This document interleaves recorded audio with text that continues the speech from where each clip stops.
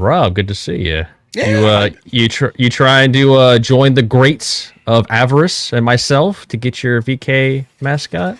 Listen, the debates are hard enough. My old ass staying up that late will be a big challenge as well. So we'll see. Yeah. But no, it's been fun. I thought that topic, that's a tough one, right? Because it's close enough that's why you could debate either side of it. I know. I thought you did very there well. were certain things you're saying. I'm like, shit. Well, when I saw that topic, I thought of like the 2016 election, right?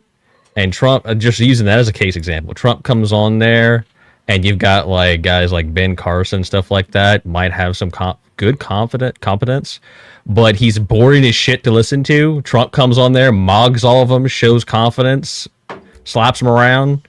I think that's a pretty good case study to look at for that. I mean, Trump was able to confidently say, "Yeah, I think you just like inject bleach or something. I don't know how it goes or whatever," and everyone was like, "Yeah, who cares?" It's really tough because Trump's the case study in both of these, right? You can say he oozes confidence, right? He does, and that's true. But then the other thing was, I think that what I know I had to feel bad saying he's not that smart. He's dumb. Well, it was the competence, and it's almost like there's different ways. There's like the science way and there's the art way. Trump was like an artist. He wasn't carefully planning it. His competence came from just his gut feeling was right. And that gut feeling was immigration, right? And fuck the establishment. And that was it. No other and people were thirsty for that. And so he came out. Now, if he says all that and he's meek, you might say, didn't Ron Paul say that? He maybe didn't exude as much confidence or as much character as Trump, but he was competently saying everything Trump was saying, except probably more competently.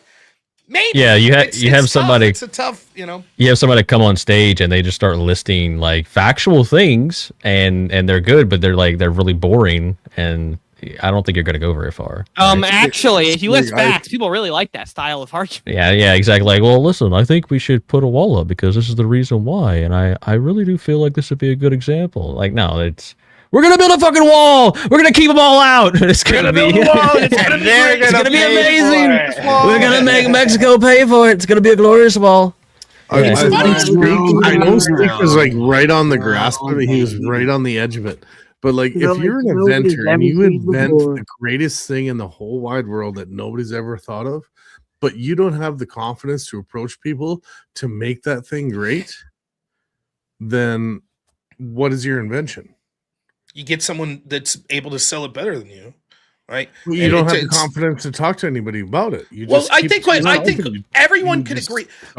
Now, confidence is weird, right? Like, it's zero confidence, right? You have to have some level of confidence, because zero confidence would be what? You never leave your house? You're scared of but that could be it, right? You could be a little basement troll. Like Joe Biden did in the basement and got elected? But zero confidence is like in the fetal position shitting yourself, right? So it's like you need a base level of both, I guess. I think we all agree with that. But wouldn't you say that to be confident would be to be competent as well? Wouldn't you too? Like, how are you going to go out and just make a fool of yourself and be anybody, right? Well, I mean, Dunning-Kruger. Some of the dumbest people have spades of confidence, you know? Yeah, I was going to say, some people are just born, like, I think a lot of attractive people tend to be confident even when they're dumb as fucking stumps, and it's just because they have a pleasant interaction with like their physical appearance. So like, I think that happens a lot. Well, here's another angle, right? Do we think the voters in mass have the ability to accurately measure competence? No. Or rather, even if they do, that's going to be less important. They could be duped. Yeah. Again, right. The gut reaction. Money, though, I think a lot of people will use money as a way to measure someone's competence, because you do have to have some type of competence to gather money. The thing that makes the prompt that's so tricky is your initial reading of the prompt, and I still think this is probably the correct reading, is like talking about the individual.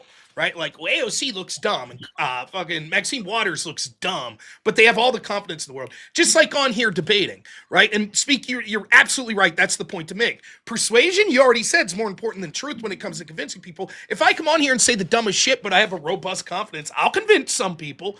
The problem is when you take a step back and you look, like, I think our system's fucked. It's really corrupt, right? And it's actually genius in how they fuck the system. There is a hyper confidence in how they've rigged everything, right? Where it's like this whole Byzantine system set up where it's all about who you know and whose palms you grease. That's actually really competent. I say this all the time. When I look at the fucking propaganda machine, like in our mainstream media, you have to stand back in awe at how amazing it is. Like Charlie Kirk gets assassinated, and 2 weeks later, the mainstream media is convinced half the country that the real victim's Jimmy Kimmel. I mean, that's fucking insane competence. It really is. Now, I guess you could say there's confidence to have the balls to make that argument as well. Right. So it really is when you think about it. And then it's like, then it gets even more meta because there's hyper competence and stupidity going on at the same time. And there's hyper confidence and like even we as individuals, I could talk in front of 1 million people, but if you ask me to like dance like at my wedding, I was pissing myself. I was like, what a fucking idiot I look like. I'm afraid to get up in front of. So it's a complicated question. It really is. Yeah. Well, that's kind of where I'm coming from. Like, if you don't have the confidence in yourself to go in front of anybody else, you will never deem to the public that you are confident or competent. Right? Like, if you don't have that confidence in yourself to go out and do anything, it comes back to yourself as a person. If you don't have the confidence, then you'll never be deemed competent. Right? So here's a little debate trick, right? There was this asshole when I was in the debate in college. There was this dude in this class with me, and I had to judge these on-campus debates. He kept calling me out. Why don't you not judge and debate me? Blah, blah, blah. So my coach was like, all right, if you want to debate Rob. We pulled the topic out of a hat, and he picked that quality was more important than quantity, right? It's very similar to the debate we just had. My defense, because I was negative, was no, they're both important.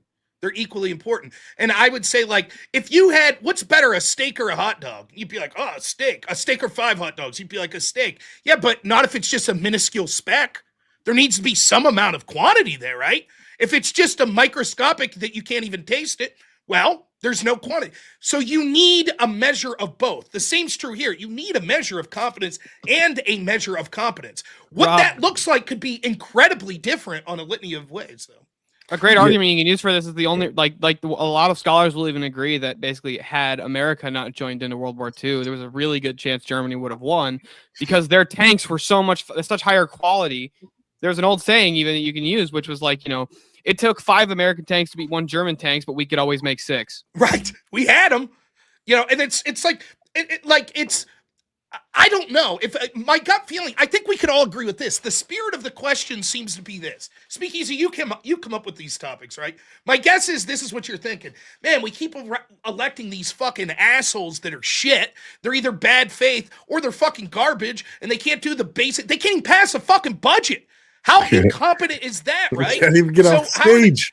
But then, I always have this thing where I used to say, like, I bet you if Dwayne "The Rock" Johnson runs for president, he can run on either side right now, and we're all gonna fucking vote for this guy because he's Dwayne "The Rock" Johnson. Like that, it's because he puts off this exuberance of I'm the greatest guy. Look at me, big warrior.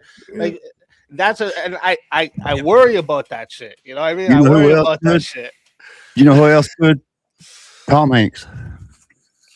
Tom Hanks. Oh, he's too busy assaulting children on Epstein Island. You don't have time to okay. All right. Shots fired. I'll retract. I'm sorry, Tom. I'll still come to your party. I'm so sorry. I'll retract it. I'll give you by the way, listen, you want to talk about both confidence and competence. I'd be remiss if I don't say this. You guys might think that you could out-argue me on an issue or something, but did you know that my name was mentioned on Joe Rogan's show? Yeah! How about that shit, motherfuckers? Rachel brought me up because I was part of It's really cool, but it's not as cool as a VK win. I'm sorry. It's cool. It's not as cool as a VK win, all right? Rachel Wilson was on there and mentioned me, right? You better ease up, Mo, because if you didn't bring up baby diapers that night, I was going to fatality that ass. But Rachel was on my chat last night, And she's like, hey, what's up, Rob? I'm like, hey, Rachel, I don't know if you know who you're talking to. My name was mentioned on Joe Rogan. She's like, yeah, by me, you fucking asshole. Whatever. The mindless detail. That's confidence, baby. Speak easy. What you just said about all these irrelevant details of who said my name. That's right. Quiet, Rachel. Yeah, but listen, Rob, your name was mentioned on Joe Rogan, right? But I've won VK 6 times, so what does that feel like? Yeah. This is a great argument. Jesus. It's like Andrew does all this great stuff, but he's not a Jubilee All-Star. Right? Yeah, he's not a Jubilee All-Star. Yeah, you know. Yeah. Don't worry, I'll win VK tonight, and then I'll say, "Ha! I had the small." I'm going to make it that little bit easier for you, Rob. I'm going to make it that little Does your comment mean that? Bow out right now, right? Easy. Everyone on panel, everyone in chat. I'm going to love you and leave you, right? It's been brilliant speaking to you and seeing you. Get somebody else up. And Rob, get that fucking win, will you? For fuck's sake. Typical Englishman running away, huh? God bless you. Rob coming to VK on like a politics night. Thanks for coming, Bricky. Yeah, Rob, is this your second? I think the last time you were on was philosophy too. Night. Yeah. There's politics nights on. He's drawn to philosophy. I lost to Steelborn last time, right? Well, it was you. Yeah. Like a legitimate fucking loss. Like, so I lost the I had a Michael Myers, or I'm sorry, Jason Voorhees versus Freddy debate. Then they made me fucking argue hot dogs are better than hamburgers, which is horrible. Who the fuck believes that? But I tried. But that was a real debate I lost. The Steelborn. Hot dogs that was are fun better one. than hamburgers. That was a lot of fun. That's a real hard argument. Yeah, that's a hard one. We got another fighter to bring up. When you start running your mouth, I was like, I somehow said hot dogs are phallic shaped, which was like, wait, let me. Whoa. Yeah. At least you're going for 50% of the population at that point. Right? All right, let's bring up the next in line.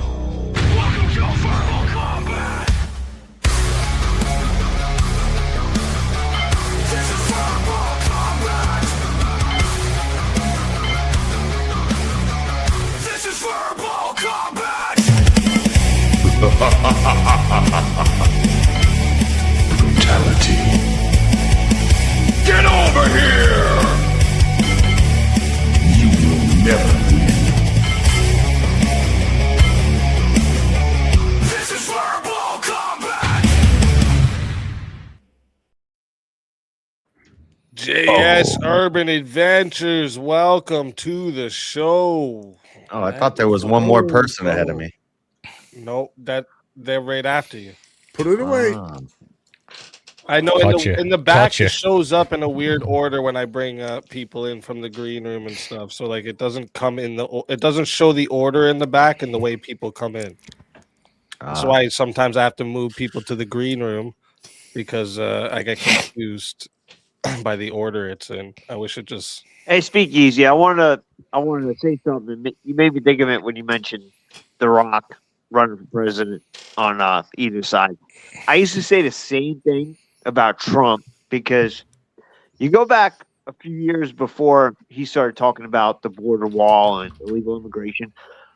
If you would have polled 100 people, Democrat or Republican, 99 out of 100 would have said, "Yeah, we should secure our borders. Yeah, we should keep out all illegal immigrants." And because it was Trump and he ran as a Republican, everybody just went ape shit. I think if he would have ran as a Democrat, which I would have won that because then I hate the Democrat Party. I think everybody would agree. Most people would agree with everything he says, with all of his positions. Well, I mean, you can find the videos of like Clinton, like 4 years before Trump even ran, literally saying the exact same policies that he was advocating. Yep. And Obama making speeches saying if you're here illegally, you cut the line, you will be deported. And somebody corrupted him, and he realized that it was a way to gain voters and manipulate the. Shiva. I guess Shiva's stepping off. All right, Shiva. Thanks for coming up, and we'll get. Good to see you, Shiva. See you.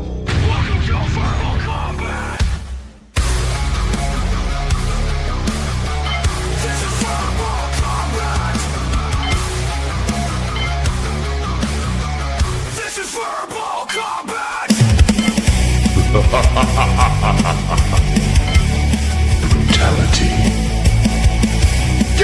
over here! You will never. This is verbal combat! Daniel IRL. Hola, welcome. amigos. Hola, amigo. Welcome. Hola. All right, let's see. I'm on the same panel as Rob. I know. Yeah, it's he crazy. The same panel as Speak. What? Try not to simp too much. I was mentioned on Joe Rogan too. So, Really? So you know. He was mentioned on Joe Rogan. So you basically were Speed mentioned on Joe TV. Rogan. Here's how to order. So yeah, by extension, there you go. Yeah. We all were. Just so you know, I was By mentioned proxy. I was mentioned on Speakeasy's channel by a guy who was mentioned on Joe Rogan. That's Just right. There you wanted to go. point that out. Oh, Yeah. whoa. Steelboard. I can use that from now on. It's gonna be my in the meta. like the little title. Actually, under my name on Verbal Combat. Speak next time I have a debate, you add that to the opening. He was on a panel with a guy who was mentioned on Joe Rogan. I There's I'm also I on a got- panel with Andrew. before I did Tim Pool's show for the first time, right? Ian, you guys know Ian Crossland. Yeah, Ian's a wild man. He Ginger guy? mentioned me, and the guest was Kevin Sorbo. So my wife was fucking furious because I kept telling her and all of our friends, I'm like, yeah, basically I'm best friends with the guy who played Hercules. Basically, basically like pals. I'm gonna invite him to my next birthday party. Kevin. Did it Sorbo. help you with your wife though, Rob? What's that? Did that impress your wife any at all? No, being married at this point is a constant game of trying to piss my wife off just to the breaking point. It's a I hear you, constant like brother. push, and then pull back, Good. push. So I that's hear what's you. good. My That wife makes loves me, sense. but she does not like me. That's it. Yeah. All right, let's bring up a next topic here. Earlier, what was the one you mentioned? This one, I think it was. Justice is just revenge with better PR. What's everyone think about that? It'll get religious, but that's fine. I say no. The concept of justice exists outside of that. But what many people call justice is just revenge. As PR with public relations. or PR. ought to be, or ought to like. Never Is that what PR is? Is it promotion or public relations? Public relation. It's PR. Colloquially, I think when PR, correct me if I'm wrong, Speakeasy, but I think this is what most of us think. Like good image, putting out, massaging it to make a good image. Exactly. Public- Yeah. I'd say it's. I agree. I think it's wrong, but I agree. I always forget, but I think it's vengeance, not revenge. Justice is a process, not an outcome. But yeah, I think that's the way people see it. Pretty sure revenge is individual. Revenge is individual. Vengeance is justice. Would be vengeance. That's the point of the topic. No, there's two. Those are two different things. Yeah, but I and think what the vengeance are topic two is trying to say is like me, like if JS like steals from me and I'm like, hey, I want justice, lock that motherfucker up. Really what I want is revenge, not justice. And it's just I use the word Right. justice to make it seem all fluffy. But in reality, I'm just like, fuck JS just because he's a piece of shit. But it doesn't matter what you want. It doesn't matter, Fuck it doesn't yeah. matter what you want. It doesn't matter what the individual wants. Vengeance is on a societal level. So justice would be vengeance on a societal level. It's for the society. Because a lot of times the victim of a crime may not want the person who did the crime to even get locked up. That don't matter. We're still going to lock them up. Yeah, I think both terms would apply. Like you're right, vengeance would be outside of just an individual, but revenge, if it happens to you, I think it speaks to the subjectivity of the concept, right? That the concept is subjective of justice because it really is just about you and your feels and what you think, and you want to get back at someone. If you extend that to society, then it would be vengeance and not revenge. But the concept still applies. Isn't it just make things equal, like an equalizer for, I don't know, maybe people who can't help themselves or maybe people who could. That's why it's somebody else judges it because like you said, if somebody stole from you, you'd probably just knock their shit back, right? But like, I guess I would just argue that the justice system would be designed to enforce equalization of a wrongdoing. Well, justice, like the concept of justice, again, someone might have a better definition than me, but has to do with like a moral, like truth, right? That this is the truth of things, and if someone acts against that truth in an immoral way, then we correct that because that is what's morally righteous, right? It's set by the society, right? What's that? Yeah, It's set by society. Well, I think it's more than how would you define it? For me, you have to, now it gets to, how do we know what truth is? I'm religious. I think truth comes from Right. God. If your truth is subjective, then the concept of justice becomes much more difficult. To an atheist, I think that this is an absolutely true statement. If you're religious and you believe that truth comes from God, then a concept of justice exists outside just a concept of vengeance. But And not God if you're is atheist. the- It would be tougher if you're atheist because your entire morality is going to be subjective anyways. And so therefore, how do you separate that from the concept of like getting back at someone or what you would consider justice? And we As say far as God the is the legal ultimate goes. judge, and God decides what is justice. But what is God? Is He says, "Vengeance is mine." Vengeance, yeah. He doesn't say, "Revenge is mine." Yeah. But again, that's if you're religious. But that's the point of the topic. If you're not religious, Right. But even if you're not religious, what I'm saying is right. the way that this is worded is it's Philosophical. look, I'm a simpleton. I'm not super like into theology or anything like that, even though I'm a Christian. So I get it if people are rolling their eyes when they think this, but this is a question that it really does matter. You have to have, in order to describe justice, a underpinning of what is truth and what is moral. You have to be able to define where you get your morality from. And so this gets into a class. So, like, you can still receive, And that's why, and that's why I would say, like, morality, right? unless you're talking about divine justice, that's all justice is revenge. So if we take God out of it, it's hard to, because justice to me has a moral component, and my morality is going to come from God. So dude, I'll say right this, regardless of how we answer this question, one of the things that makes me a bad Christian, you remember when Erica Kirk went out and was like, I forgive my killer. I didn't. Fuck that motherfucker. Fry him. Right? But that's vengeance. Shit was kind of retarded. I could say, well, justice would be that his life is ended, but his soul is saved, and God does what he will with his soul. But we have the right to enact justice. But just because she forgave him doesn't mean she doesn't want him to get the death penalty. Well, right, but that's the concept of justice. I'm telling you that my concept that I'm embracing is vengeance. Fuck that guy. I get it. Forget about religion. Your morality. I agree, but then it's not Justice revenge. is supposed to be a legal process. Yeah, I don't see how they're two fundamentally different. Like concepts. Justice is a rule governed fairness with some sort of moral backing, but revenge is emotion driven retaliation essentially, and it's usually on the personal Tyler level. Robinson to get the death penalty. Tyler Robinson didn't do anything to you personally, so you're not going to get revenge on him. You're going to get vengeance. That's why I said vengeance. Right, I'm agreeing with you, but they're saying it's fundamentally the same thing. It's not.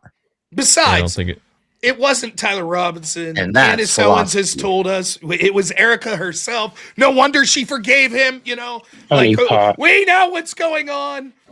Oh wait, I'm sorry. I'm getting a phone call. My $7,000 came through. Never mind. It was Tyler Robinson. He did it. You got your shekels. The first question I would have to ask is, can you have justice without revenge? Oh my fucking! You motherfuckers!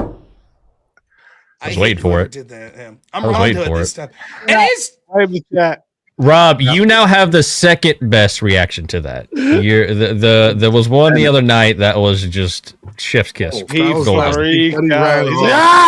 the fuck? I ran off in a panic. Dude, my wife up. Why can't you have justice without vengeance or revenge? I grabbed a self-defense tool. Yes. New York Slugger, of course. Very. You're gonna have somebody like shooting at their doorway one of these days. Like something bad's gonna happen. We're just gonna hear gunshots. Another gunshot. Boom! Oh my god! I'm gonna do the sound right as like Girl Scouts are walking up to somebody's house, and he's just gonna open the door. Oh shit! No. Let me ask you this: is this a question that we could? That really got me that time, for sure. What if we rephrase the question like this: is vengeance okay? Is it Rob morally just trying to justified? become the American Kieran, just trying to rephrase the prompt? That's There where we you go. That's where you go down the. But I think that if you answer that question, then it helps answer the prompt. Is it morally justified to embrace vengeance? Yes. I think so. So Based from on what my, I've been able to based on find, my vengeance worldview. is like a sense of revenge, I but like a still justified the original version of topic. revenge. I can pick the original topic apart. I would just say human, like with us, right? Like as human beings, we like, you know, there's a big percentage of us that are just corrupted and have our own subjective idea of what justice is. So that's why justice is just revenge, because it's everyone's subjective idea, right? If I agree with the divine justice, yeah, of course. So you don't think we should put people in jail? Can you have justice? I didn't say I don't think we should. That, what the, honestly, that was a honestly- huge leap. What the hell? Let me ask you guys. Well, no, I want to because ask. you Can I say try and this. See, offer a the definition the of problem justice with you guys do? with answering the revenge thing is we can sit here and philosophize over it and make the right, correct moral statements for it, but then that's all fine and dandy until it's your kid. Right? Exactly. That's personal. Exactly. Let's say What you if did somebody by did your something to my daughter? right. Well, I want to try and offer a definition of justice to see if you guys expose them for and that. their shit. Doesn't mean I'm not going to go to jail There's for no it. revenge for it. There's no. Hold on, real there's quick. Let's no- see if we can agree on that. I think the best, like the best, most charitable definition of justice is to give unto someone what they are due. Okay. Like what they're owed. To give somebody what they're owed, what they deserve. Well, when you That give I would. somebody I think that you. The spirit of what you're saying, I agree with. That you can quibble about, but yeah, Now, I yeah, agree you with have, the to, you have to actually argue over like what it is they deserve, but like that's what the idea of justice is to give somebody what they deserve. So, for example, and here's why. Here's I think where Speakeasy's getting with the prompt. Right? We might say someone that punches a kid in the face deserves 10 years in jail, and I might say unless it's my kid, then they deserve far worse. And it's like, yeah, Right. but that's revenge. That's not justice. And I'd say I disagree. I think that it is justice. And so this prompt that Speakeasy's saying is like we just carefully we know that justice is a more palpable word for people, right? It seems bad to say I want revenge, but if you say I'm just looking for justice, right? What this person objectively deserves, not what they subjectively deserve, which we would consider more revenge. I Is think justice that's- within the laws? Morally, I agree. But it comes down to whether you live in the United States or wherever you live, the legal system. I'm looking at justice as far as that. Justice, even though it may be biased and you got shitty DAs, you got corrupt lawyers and shit, justice is a process. It doesn't guarantee that you're going to get the outcome you want. Well, no. That's the way I took it. Well, like Maybe- real quick, Pseudo, let me legally- ask you something. Hold on. If you want to go, the problem with justice is it's going to be super subjective to a person's worldview. So, like, you know, Muslims think that it's totally acceptable to throw homosexuals off, you know, rooftops. Is that just? Well, again, where do you get justice implies what someone deserves implies that there is an objective truth, right? Justice seems to be an objective metric where revenge seems to be subjective. Well, no, I So don't how- even think justice necessarily entails an objective metric. It's course going to be it based does. upon the person's worldview. Now, if you are going to argue that like Christianity is true and like that, like I agree with that. Yes, you could say it's objective, but as far as like the way it's used, even in the commons, if people just agree it's what somebody deserves, that's going to be entirely subjective based upon somebody's worldview. Well, So, like, what a but- Muslim thinks somebody deserves for a crime, like example, Rob, do you think that a woman should be stoned if she takes off her hoodie? if she's voting, no, she shouldn't be. She shouldn't be stoned. No, of course not. It's terrible. Like it's fucking horrible. Just fine doing that. That's justice. I like the way you sneak those one-liners in, Rob. Yeah, I You're, tried. you're good at it. That's how I got hurt in Joe Rogan. Yeah, no, I it's- mentioned on Joe Rogan. No. But I do think that there's something you're speaking when you're saying justice. You're speaking to an objective truth, right? Yeah, I It agree. doesn't matter if you actually, but you have to say. And the problem would be if you don't think that your objective truth comes from a higher power. How does someone who doesn't believe in a creator have objective truth? That's going to be the problem. But yeah, I agree. Like in the common parlance that we use, you could be someone that says, I think that revenge and justice is different because justice is something more objective, where revenge is something more personal and subjective. But you're right. The problem with this is when people say justice, it itself is subjective. It's not speaking to an objective truth.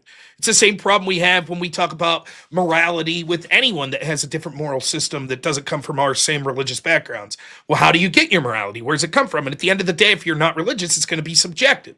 So it sort of renders the concept philosophically of justice moot if you can't identify objective truth. So and you make a great point. Here's another one: what would be justice to someone who owns slaves? Yeah. What's justice? Well, hobbling them is justified. I guess it depends on the society, right? The society, or maybe like they should be a slave. Like it's like the thing you just brought up earlier about like if some dude punches my kid, some guy might think, well, it's justice for me to go punch his kid now, right?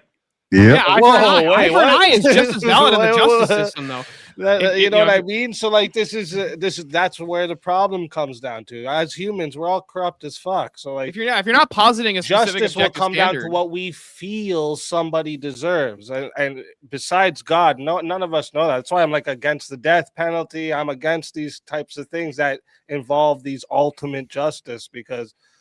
But like, yeah, I know when we're putting someone in jail for crime, yeah, we're punishing them and getting revenge for the society for what they did. It's like so. This is something I talk a lot here. Matt Walsh's position on the death penalty. He makes a great argument for it. Maybe we'll get people yelling and screaming here, right? When we say justice, it indicates law, right? The law of the land. No, it doesn't indicate law. No, justice can exist. Law. We have a justice system, but you could have justice outside a legal framework. For example, I could do something that's immoral to you, and it's not a crime, and you still think that I should get some societal. Maybe I'm ostracized. Would be justice. It's not legal, right? That you're not arresting me, you're not suing me, and yet justice would still be some punishment inflicted upon me. Did Israel go too far? Were they unjust in their attacks of Gaza? I don't think so. I don't think so either. I think they did what they had to do, or what they felt like they had to do as a society. Let's say that it's true. I don't want to squibble whether it's true or not, but let's just assume that it is true that they killed thousands of kids indiscriminately with their bombs. Was that justified? Yes. If they did that, no. Okay, right. I would say that as well. I would say objectively as an outsider, I could say. But if they sexually assaulted my kid and killed him, you know what I would say? Not only was that justice, it wasn't enough. That's what I would say, which gets to the prompt. In reality, I have convinced myself that justice is my call for revenge. And I'll couch it in the idea of justice. But in reality, it's just because I'm super fucking pissed. And for me, if I say, if it's giving someone what they deserve, if that's justice, my son is everything to me. So if someone takes my son away, there is no punishment enough for what that person deserves. But is that justice? Damn right, Rob. You know? Damn right. Yeah. So again, it becomes subjective. And I think that in that sense, I agree with what the prompt is really trying to speak to. If you take it outside of like deep-seated religious discussion, which I'm fine to have as well, but if you just take it, most people when they say that's justice that are involved, in reality, it's more than that. It's not just justice. It's like, no, fuck you. You harmed me. Right? And I can't dispassionately look at that. It's hard for me to separate. So it would go to vengeance as well, then, right? Yeah. That's what I took think. it Personal vengeance. Legislatively, but I think the perfect justice is death wish. Charles Bronson. Yeah. Well, I mean, and now Bronson. Now it's a little different because you could say some of the movie, if I remember, some of the movie Death Wish were people that personally affected him or his loved ones or friends. Some of it's not. Like I think the fundamental thing that the idea of the movie Death Wish was getting is like, it's fuck these people that are criminals. It doesn't matter if they've criminalized and affected me. As society, we need to do something. So it's not about personal revenge. It's about what must happen. Is that justice? Law-abiding citizen would touch more on that, wouldn't it? What's that? The movie Law-Abiding Citizen will touch more on the personal vengeance or revenge. Yeah, that was revenge, clearly, right? Like but it's a difficult concept. I don't know. Just to speak, yes, I understand the utility of couching things in the terms of justice. No one says like we want the revenge system. lock him up because of our revenge. We're like, the justice system, the Department of, I mean, it'd be base. Trump changed it from Defense Department to War Department. Imagine if he changed the Justice Department to the Revenge Department. That'd be pretty fucking. The Revengers. But the Revengers Department. I don't know. Like, I understand biblically why revenge is hard. This is the most difficult concept I struggle with as a Christian. It is so fucking hard for me because part of me is just like, I'm willing to be forgiving and stuff, but I'm a petty asshole. Right? Mm-hmm. My entire all the books I like, Count of Monte Cristo, Moby Dick, it's all tragic revenge tales. Tragic? No, fucking based. Yes, you slighted me. Fuck you. Right? Like, I'm going to get you back. Was the Count of Monte Cristo justified? His marriage blown up, him thrown in solitary, a horrible prison for 30 years, 20 years, whatever it was. Is he justified to have these machinations and schemes? I don't know. He felt so, but in reality, I think it's clearly revenge. I don't know. You think of like these famous characters. Remember the Thomas Jane Punisher movie, right? At the end, before he goes in, he writes this whole thing, and he's like, it's not about vengeance, it's about punishment. What's the difference, right? He thinks that it's something objective, but is it? Or is he only doing this because it was his family that was killed? I don't know. I mean, the Punisher's an interesting character because it's clear that he's going beyond the scope. He may have got into it because of what happened to his family, but it's clear he's going above and beyond that. And people would say, that's way too far. He's torturing these criminals. He says no. They're intentionally violating the laws of morality, and so I will exert twice the pressure on them for a practical application because I want to end crime. That's what it's about. Well, another really fucked up movie about revenge is Old Boy. If you haven't seen that one, that one is which one? Crazy. Old Boy, the original. Yeah, of course, the original. Fuck that new yes. shit. So everyone's in agreement with this one, then, pretty much, eh? Not in a biblical sense, but in a way I that already plays gave out. my argument. Yeah. Yeah, I think we all kind of identify as two different concepts. What I'm hearing. Yeah. Like, biblically, it's different, and I think JS is in agreement with that, right? There is a justice in the eyes of God. Vengeance is God's, right? Right. So justice for us is just God's law, right? What God prescribes. So God may say, I might, for example, to get revenge could be unjust, but vengeance can't be unjust. You harm my child, you deserve to burn in hell. God says that's not justice. Maybe he deserves punished on this world, but his soul could still be saved. Well, how far does it go though, Rob? If somebody hurts your child, like, so I had somebody hurt my daughter. They punched her in the face. They were a kid. Am I supposed to go after the kid, or do I deal with the kid's parents? Depends. Well, again, we're basically talking about revenge, so it's subjective, right? Like, I'll say that I was at a thing last year, family reunion. They had a big sand pile, right? And there's this kid that's like 5 years older than my son, and they're playing it's like a scavenger hunt in this sand. And this fucking kid intentionally grabs this bucket and throws the sand right in Hank's eyes, right in his fucking eyes. We had to leave and go to the fucking doctors. That's how bad it was. Like, point blank, a bucket of sand right in the eyes. Now, this kid's probably 9. I wanted to beat the fuck out of this little kid, but I didn't. And I will admit it wouldn't have been justice to do that. But again, it's going to be subjective. I did want some punishment meted out in that kid, even if it was just his parents spanking his ass or something. But, I mean, it's difficult. It becomes subjective. It really does. But it's hard for us. We have to be honest that the hardest thing, we all have bias and we all have subjectivity, right? And so we want to couch that in the objective. Even when we're debating right now, we want to, this isn't just my opinion. This is the objective truth. Well, oftentimes we mislead ourselves into thinking that. And that's certainly the case with the concept of justice. We might even believe that it would be justice for that kid to go to juvenile hall. And everyone else here is like, really, Rob? Really? You think that? Yes, you didn't see how hurt my kid was. Fuck you. That's justice. That's not revenge. That's just. It's very difficult. It's that's one of the what it comes down to. Yeah. But we have to switch topics now. One sec, Pseudo. One sec. We had a forced topic put onto us. Should human cloning be permitted? No. No. What That's pretty easy. It's going to sound like a cop out. I guess it depends on exactly. If I'm assuming like literally the ability to clone an actual full functioning human being, what if we by cloning we mean like if they take my DNA and make a kidney? Is that we would agree that's not what we mean by human cloning, right? Yeah, no. Human cloning as a whole, as a complete human. No. Yeah, I would say no. That can only lead to bad things, in my opinion.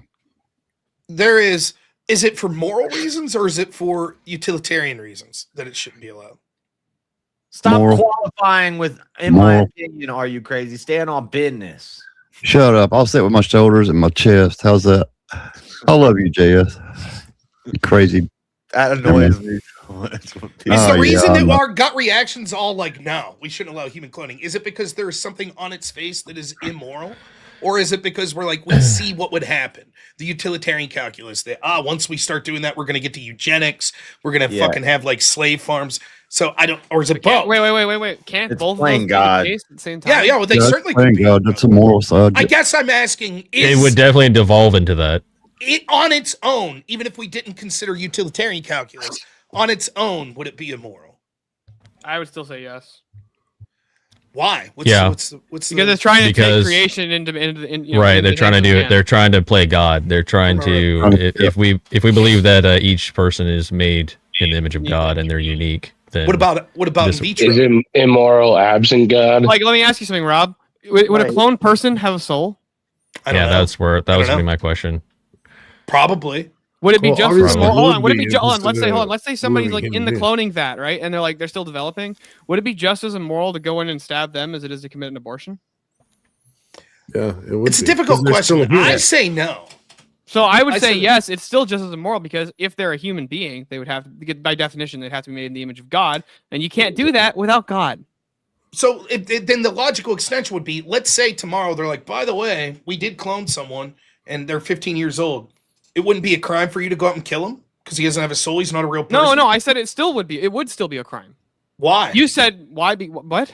Why? Why would it be immoral to do that? Well, I would actually have to ask. The question is, Would this clone have a how soul? are they human? He doesn't have a soul and he's not have a soul. human. It's How would it created. be any different than me throwing a fucking can away? If he doesn't That's have a where you're soul, then it's not a incorrect, human because being. even if God created everybody, somebody created that clone in which it would have a soul. Yeah, does it have a soul? Yeah, that's It would have a soul. I would think it would.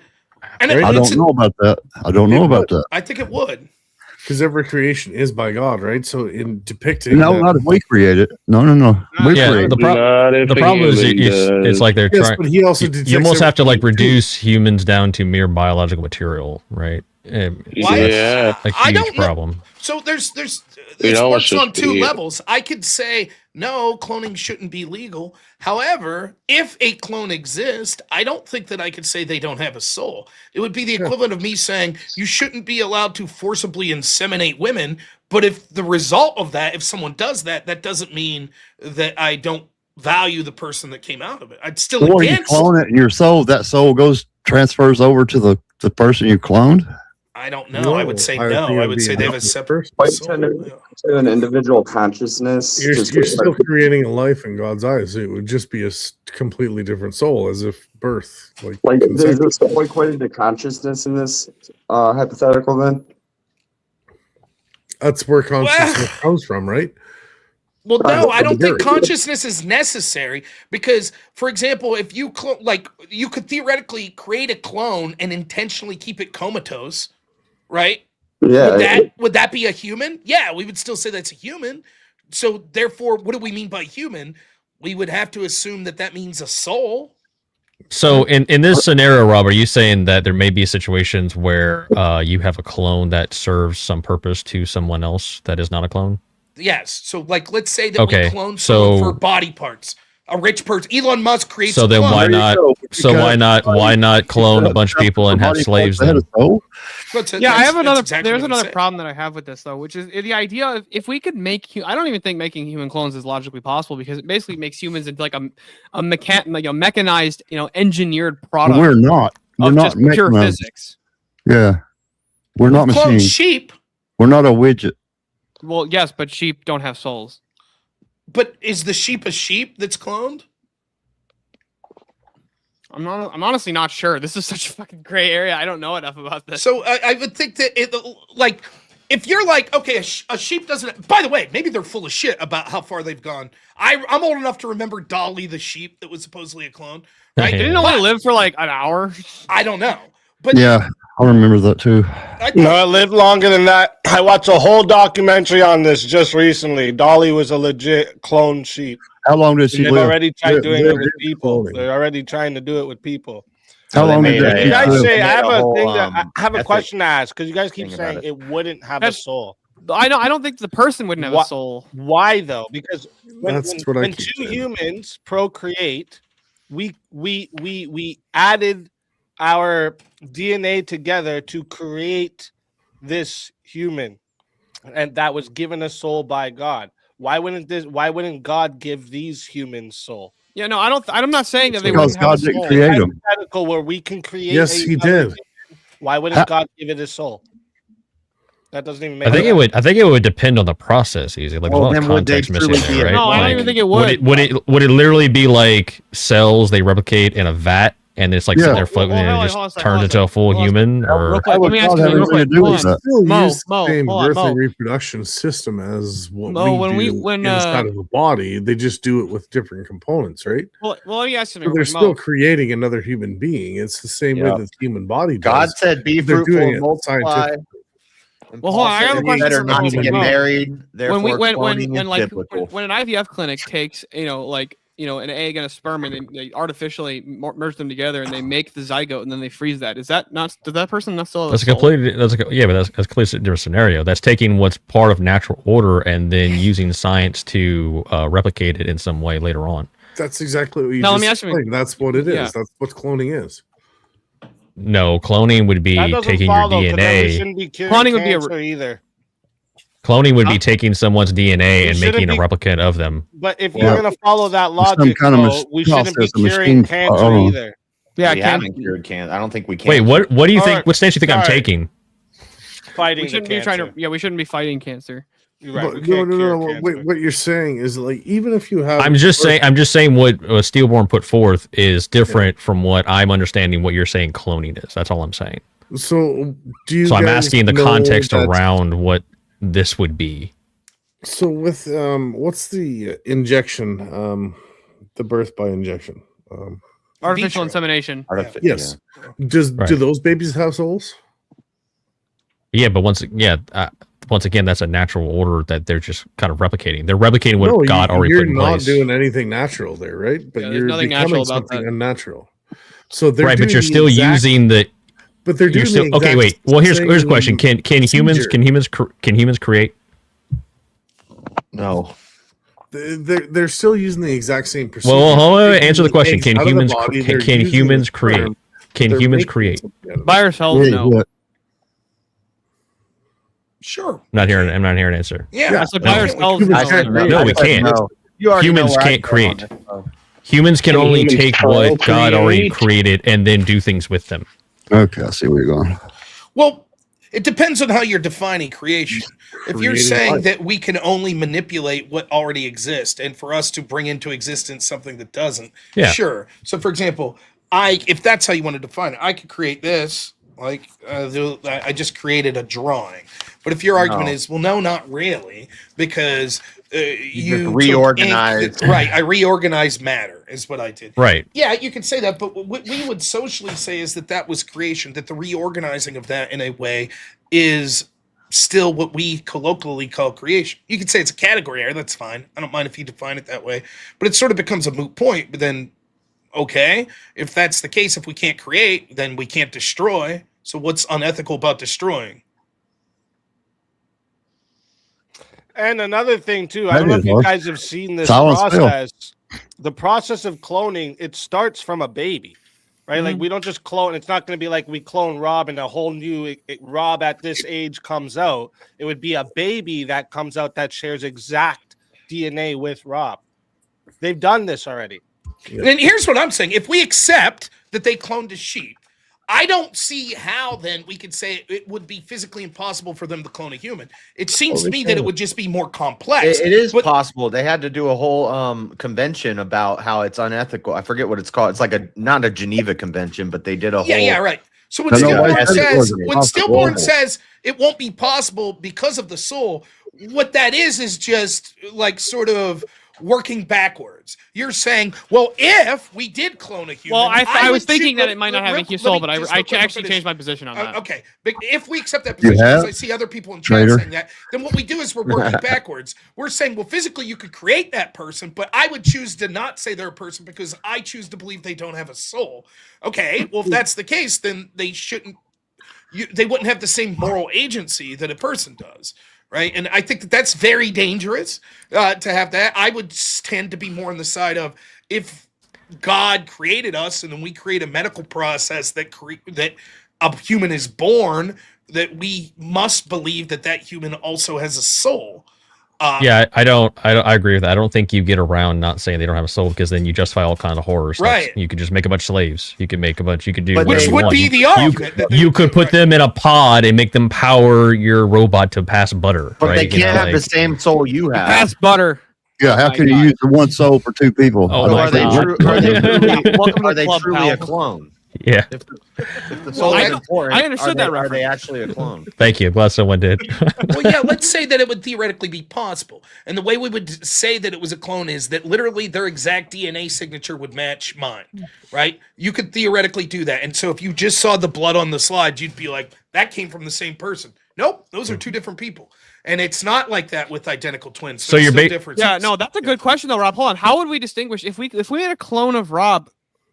Is it two different people? Or is it two different? Or is it one Rob still in different? It would bodies? still be two different people because they're going to speak the same words at the same time. Well, They're going to do if it's an exactly the same exact copy thing. of Rob, is it two Robs or are they two different people?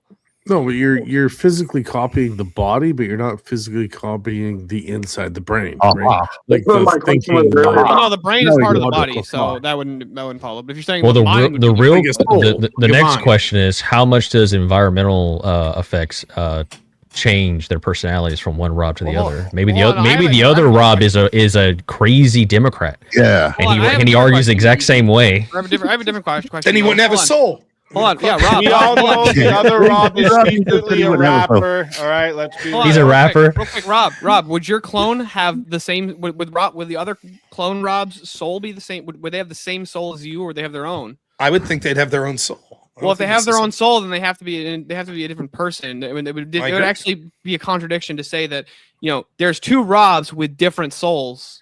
Because the soul is part of who you are. It's part of your person. It's part of your nature. Well, no, but it would genetically, what we could we can't scientifically codify a soul, right? But we can scientifically codify DNA. We could measure that and stuff. So those physical aspects would be the same. They're still in two separate vessels, but we would look under them under, a slide whenever and have the same genetic makeup. The souls would be different. And then there's like people are correctly saying even how physically would it be different than identical twins though? If the souls are different. Grow up look like you. Two now. Jesus, you can't have the soul in two bodies. One soul, two bodies. How's that work? Yeah, no, that's what I'm asking. Is if it's yes, but then it can't be the same person. Right. It would be by definition in the physical world. It would be the same person because they have the same DNA. No, well, they're not the same person. Between a clone Rob and regular Rob versus if Rob had an identical twin. No, they have it's not. Different people. Let's be clear. It's not the same person. It is the same biological makeup. For example, if each of us had a clone and our clones are, instead of doing verbal combat right now, are all coming up with a bank heist and they commit a heist, we don't go to jail because you're like, same person. No, it's a different person. They might have the identical biological makeup as us, but we don't get punished or treated as literally the same person. The Clone Wars. Everything that we've all discussed here, though, we all actually seem to agree on the prompt. No, human cloning should not be permitted because there'd be all kinds of. How do you know which Rob robbed the bank? Because there's the difference. There'd be all kinds of ways. If they're identical, all of our testing for this is we test for DNA testing for criminality. That's like one of the main ways we do it. to determine who actually committed the crime. And even if we use like video evidence, well, they look identical and their DNA is a genetic match. So how would you determine which one of them actually committed the crime? You can prove crime without necessarily all that. If you have like alibis, you have evidence, you have gun residue on the guy who used the gun. Yeah, but it would all be the same person. This Rob, when he was 7, fell down the stairs and has a little bit of a scratch, and he doesn't look completely identical. And this Rob was I'm not saying it'd be impossible, but I'm saying and continues. I'm not saying, Rob. I'm not saying it's impossible that there's Robs in Paris. But what I'm saying is, sounds like a movie title. This would be Robs in Paris. No, I'm saying this could lead to a whole bunch of like massive. What'd you do before streaming, Rob? No. I think that all of us are in agreement for utilitarian reasons. It'd be a really bad idea to do this. The question is there something outside the scope of that? If we just said, like, is this morally wrong without utilitarian? Like, for example, let's say, these... Yes, I can actually demonstrate why it's morally wrong. But real quick, before you get to that, because let's say that there's a hypothetical future where we're like, listen, the reason we're going to need clones is because robots are taking over and we need to double the human population within 20 years or we're all going to be wiped out with robots, so we all need to clone each other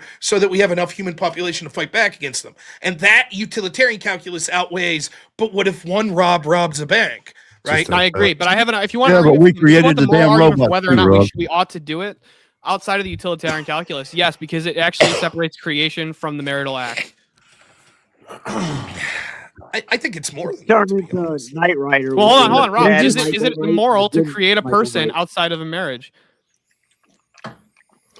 So now, you're going back into the religious. Yeah, well, creates again. If we're not choosing, if we have to talk about moral, if we had to move out of the moral situation, you just explained it. How can you separate the two people if they have the exact same DNA and everything? So it obviously goes against the prompt right there.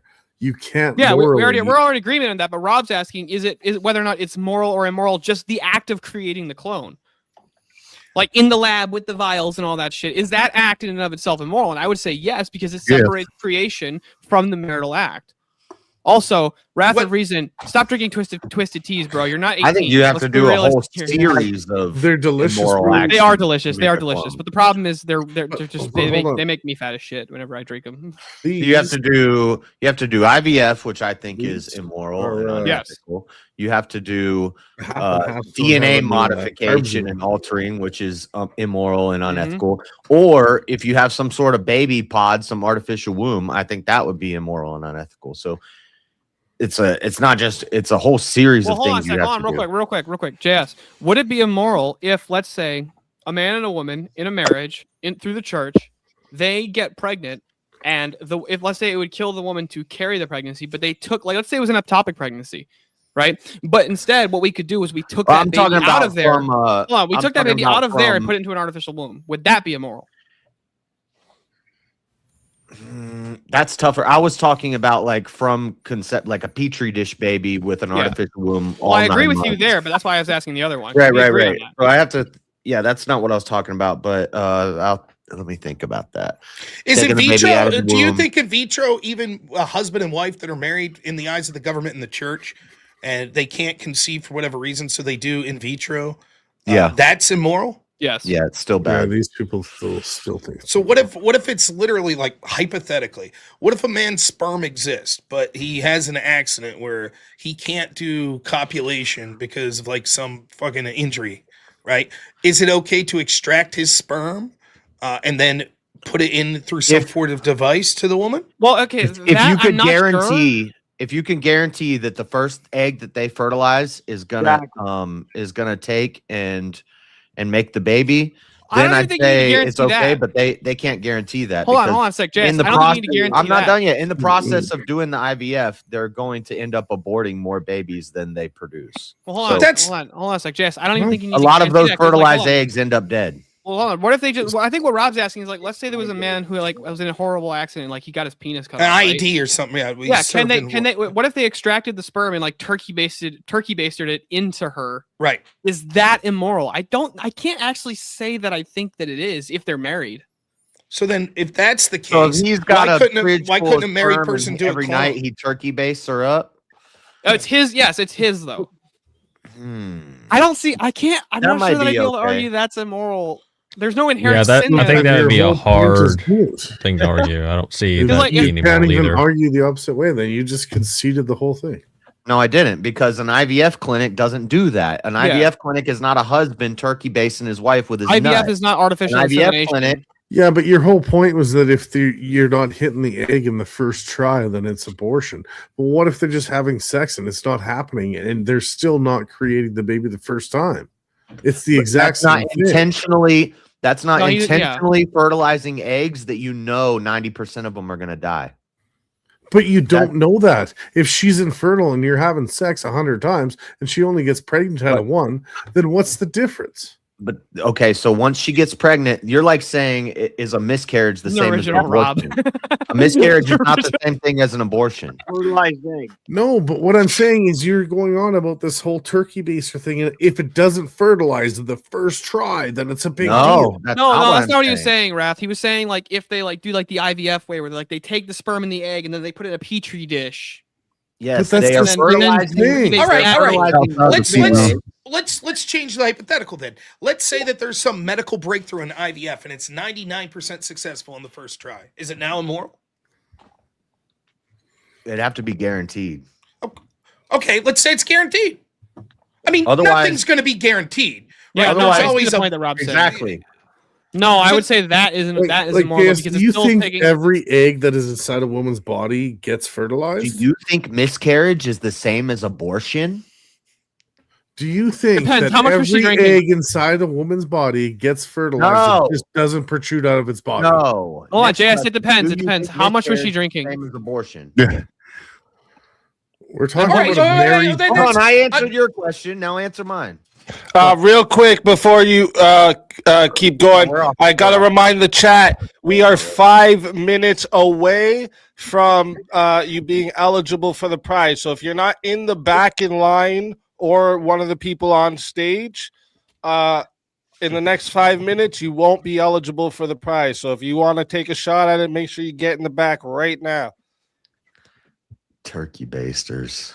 The question here's the problem, right? Then Hey, they work. They say I don't know. let's say that I know. I'll be honest with you. I didn't pay attention in health class, right? So I still believe in the stork and shit. But let's say hypothetically, based on this rationale of immorality, there's something off about me. I go to the doctor and like, here's the deal, Rob.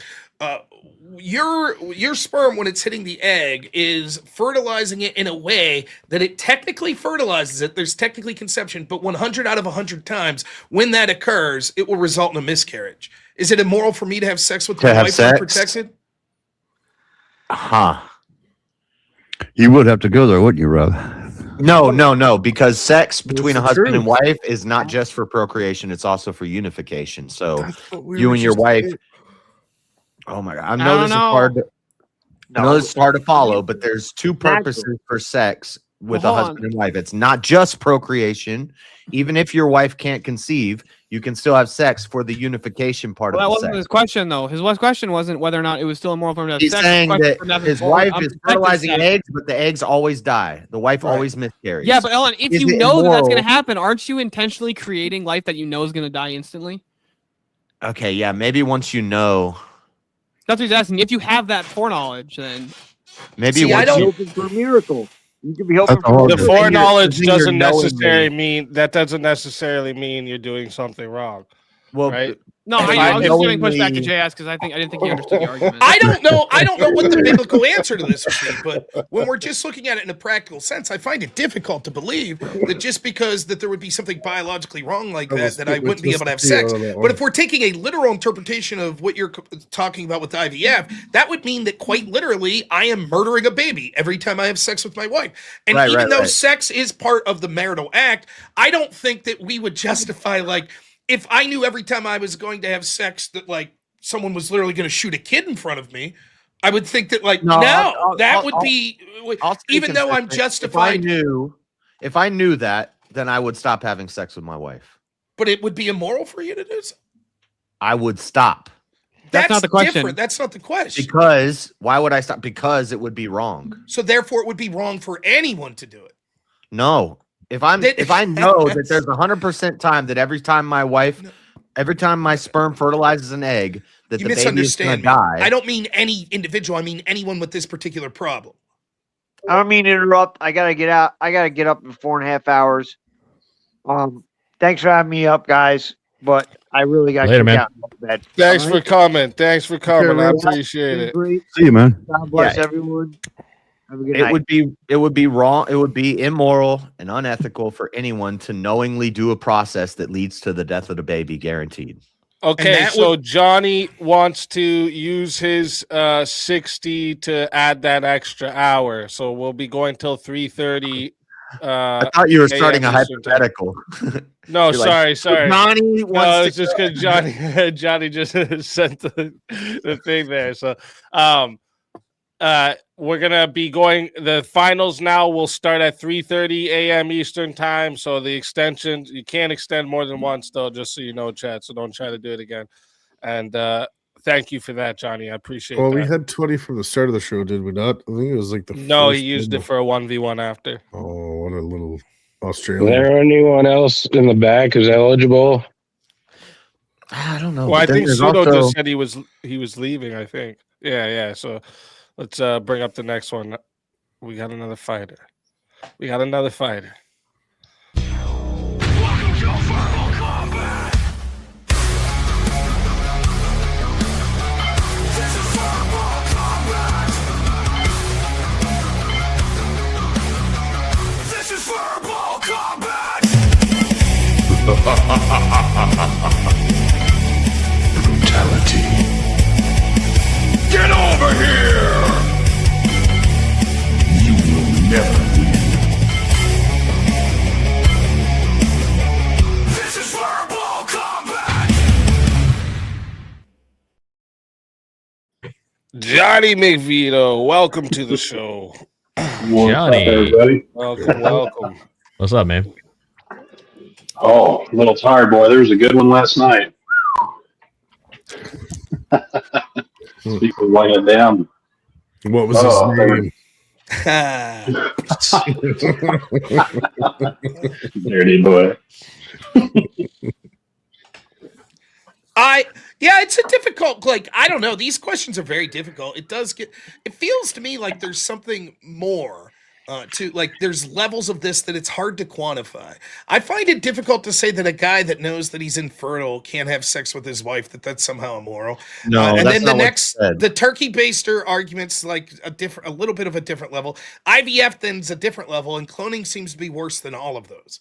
But it's hard to exactly we all agree in quantify. like fundamental. That's why we kind of moved off cloning, because we all agreed that cloning, But we agreed for practical purposes, for utilitarian purposes. The question Well, is, no, I made the argument that it's immoral to begin with. because it's playing God. okay, Yeah. but so's IVF, Immoral. and so's the turkey baster, and so's the guy having sex that knows he's infertile. So Well, no, that's I where made the moral argument, points Rob, lie that it's in, immoral like- because it's actually taking creation away from the marital The act. turkey baker is so's a the turkey husband baster. trying to procreate with his wife, but he doesn't have a work. I would say you'd have to have the blessing of the church in order to do that, though. But let's say hypothetically that there's some reason that IVF can't take, and two people, right, want to their idea of having a child, the only possible way they could have it is through cloning. Right? Like, hypothetically say this, that I don't want a surrogate. I don't want anyone else's, here, listen, I don't want anyone else's DNA in my child, just me and my wife. But for whatever reason, Neither do I. through natural problems, one of us is infertile and we can't do it. And so what we could do is just take my wife's DNA, clone it, and then make a baby that she then raises in her stomach. But it's literally an exact genetic copy of my wife. Is that immoral? We came to the conclusion maritally because we thought it would be more of a sin to include a third person in their genetic material in order to create this baby. But is allowing it once openly the floodgates to We've already fucking done work? this We before. got a 1v1 request, Rob. The versus rematch. Steelboy. It is a rematch. It's the rematch that we all needed, all right?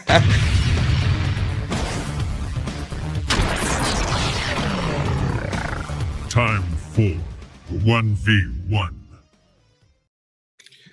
All right. So let's Come up with a see. topic. I'm going to piss in case someone adds time. I'll Okay. lose by default if I Okay. piss my pants, I think. Okay, so. that's true. You will. Yes, you will. You gained points though from me for having a Wario instead of a Mario shirt. That is a really cool. That is a nice shirt. Look, everybody knows Wario's better than Mario and Mario Yeah, Kart. 100%. Right? Okay. And Waluigi. Mm-hmm. 100%. They're essentially like the crack. those Like the plumbers. crackhead. They're like the crackhead version of Mario and Luigi. You know what's funny though? In the Mario Kart 64, I used to play them both all the time because like Wario's like kind of more like a brute character, so Yeah. like, he can kind of He can handle like getting hit more. And then too. Waluigi was he had more speed and stuff, so it was good. Those are the characters I used. But I think I like most people. I was using Yoshi. I think most people wanted Yoshi. Dude, on 64, I think he was it's just so long stacked. since I played Mario Kart 64. He was just stacked on Yoshi Alright. on Mario Kart. I play Mario Kart 8 now, bro, and I just play a shy guy. I'm talking about the old one. I know, but it's like, no, I just played the freaking 64, dude.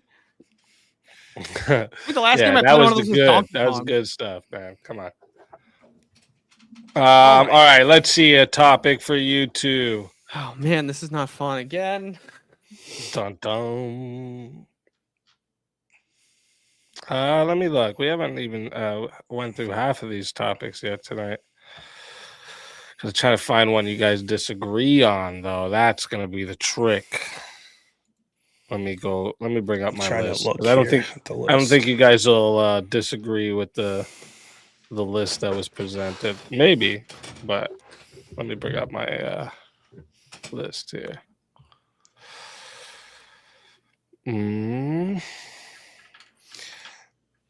He's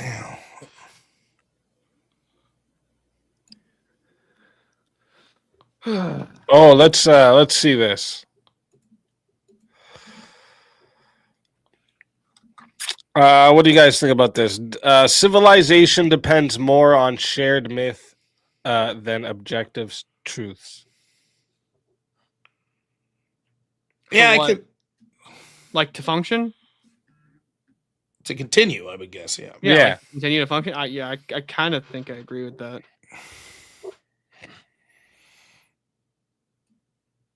I could argue the other side of that. Sure. Do you want to do that one, or you want me to try? That's and fine. Bring up another. And one? it's if he's fine with that, whatever. If you prefer a different topic, I don't have. No, strong it's not feelings. up to me. It's up to you. Yeah, that's If you right. like Still it, if you burn. like It's up it, to you're you, man. good. If you want to try a different one, I'm fine with that too. Wait, let's look at a You different want one. to see one more? Yeah, let's see one more. A perfectly logical society would be less humane.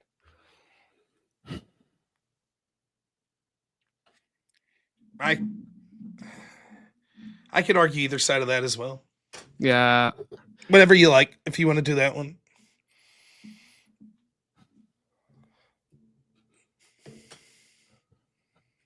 I You wanna do disagree. it? Okay. Okay, so I will argue that a logical society would be less humane. And you're going to be on the negative, right, Steelborn? Yeah. All right. All right. So, chat, you guys know how this goes, okay? If you guys want to add a minute, it is 10 to add a minute. It is 60 to solo judge. We're going to, that was a 40, right? Yeah, but we had that 10 earlier that somebody wanted to add to a 1v1. So we'll add that in. We'll start it at 6 minutes. Okay, if you guys want to add a minute, it's 10 to add a minute. It is 60 if you want to be the solo judge. And if we don't get a solo judge, it will go to the chat poll, and the loser of the poll will lose their soul. Fighters, good luck to the both of you. Let's get it. Yeah, so when we're talking about logic in this sense, are we talking about just the basic 3 laws of logic? I would think logic, we're basically talking about truth. What's perfectly logical? Yeah. So laws of logic that lead to truth, right? Wouldn't matter if you're just the 3 laws of it or however you want to get to it. Well, if you're trying to make, if you want a society that appeals to logic constantly, the question that's going to end up happening is how do we justify where logic comes from? And the only way you can do that is through a god. God has to be God has to be the source for logic. Otherwise, it's just it would I be agree with that. real and makes no But sense. I still think that it would be less humane. It's going to depend on how we define the term humane, correct? So it's going to hinge. So I think. How would you define it? I'm just looking, right? Marked or motivated by concern with alleviation of suffering. Yeah, we can actually go. So alleviation of suffering. Mm-hmm. No, So I don't think that would be a good I don't think. Okay. So that's the first definition. How would you define humane? So I'm trying to understand. So if we're saying like if a society was perfectly logical, their goal would be to reduce suffering, or would not be to reduce suffering. Well, it depends on how we define humane. If we say being humane would be alleviating of suffering, then what this sentence would mean would be a perfectly logical society would lead to less concerns about alleviating suffering. I agree with that statement.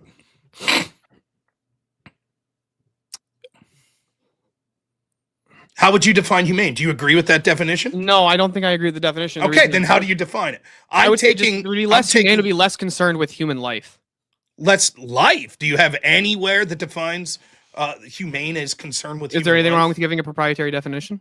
Yeah, I think that we should choose to take definitions that we have shared meaning. All of language is about having shared meaning. And so if you choose to give a definition that no one else agrees with, then I could say I'm changing the definition of the word logical. Or perfectly, that's fine. We can or still society. have that argument, but I just need to understand what you mean by the word. So when I think of when I think of being humane, I think more so like if you're trying to be humane to somebody, you're trying to, you want to, consider their humanity, and you want to make sure that you continue their humanity. You want to not forget their humanity. But it's not even just humanity, right? Like we have when you hear the word humane in our society, what's the first thing that comes to your mind?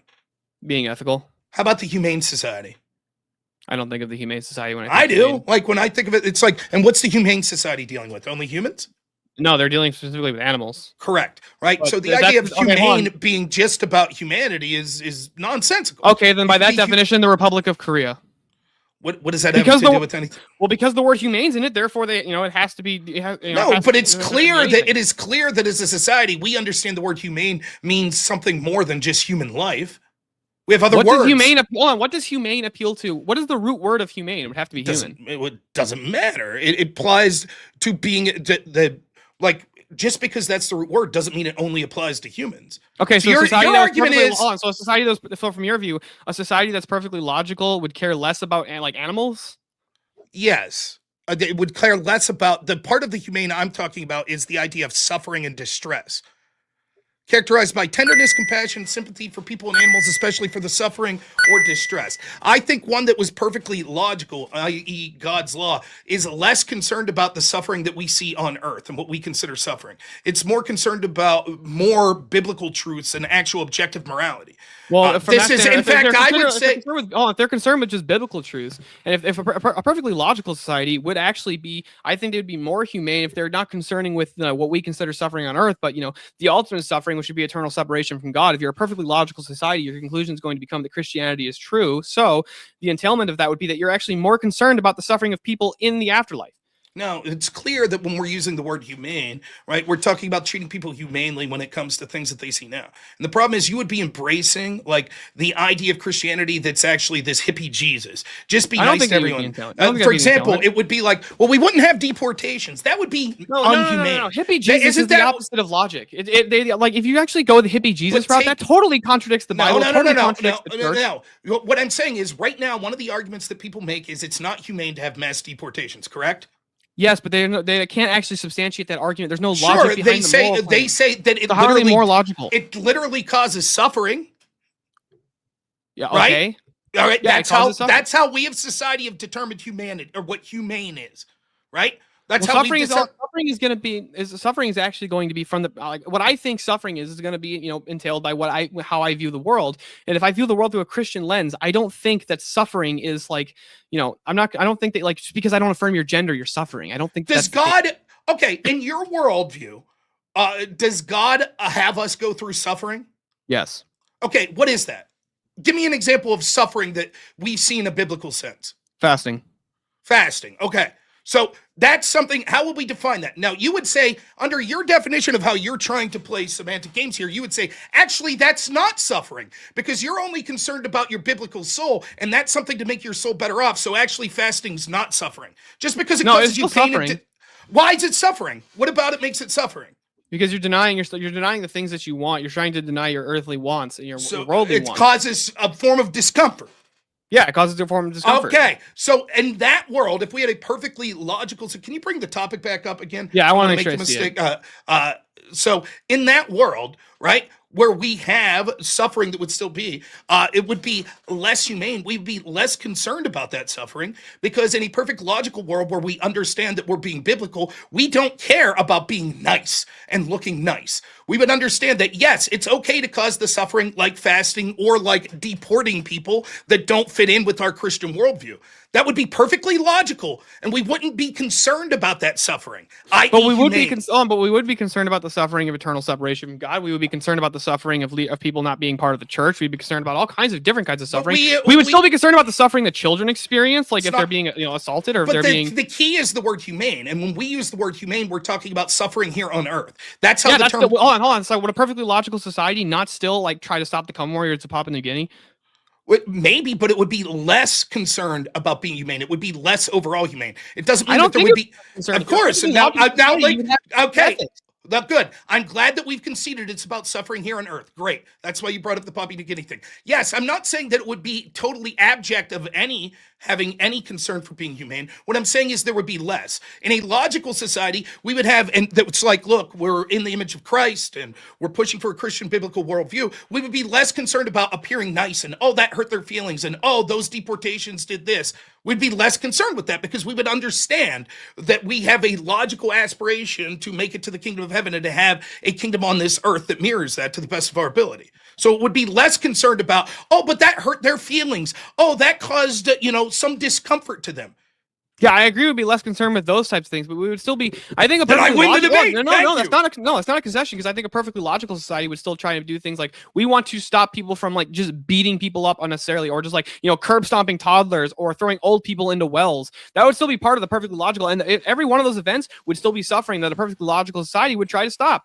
A perfectly logical society would give out abandoned communism. Of course. Can you even think of a greater suffering on this earth than a communist society? No. Okay. So I'm glad that we've got you off the disillusionment that it has nothing to do with suffering here on earth. Great. Now we're in concession on that. Now, my argument is that it would be less concerned with that. Yes, there would still be concerned with being humane, right? But a logical society would have less concern with that because it is not logical to just have tenderness, compassion, sympathy, etc. for animals or people that are suffering or in distress. There are moral objects. Logic would be interested more, like we were talking about previously, with concepts of justice and universal truths that come from God. It wouldn't be because my feelings hurt. We wouldn't be concerned with that. So it would be less humane in the sense that its focus wouldn't be to alleviate suffering. Even God says suffering is good for us. Its focus instead would be on truth. Not always. Not all suffering is inherently good. I totally agree, but suffering itself's not a negative. It's not universally suffering itself isn't inherently right. So the concern would be less on right now in society. Would you not acknowledge in the current society we live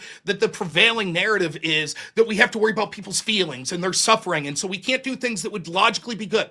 In our country right now and in the Western world, we're being told that we can't deport people that are objectively bad for our society because it causes suffering and it's not humane.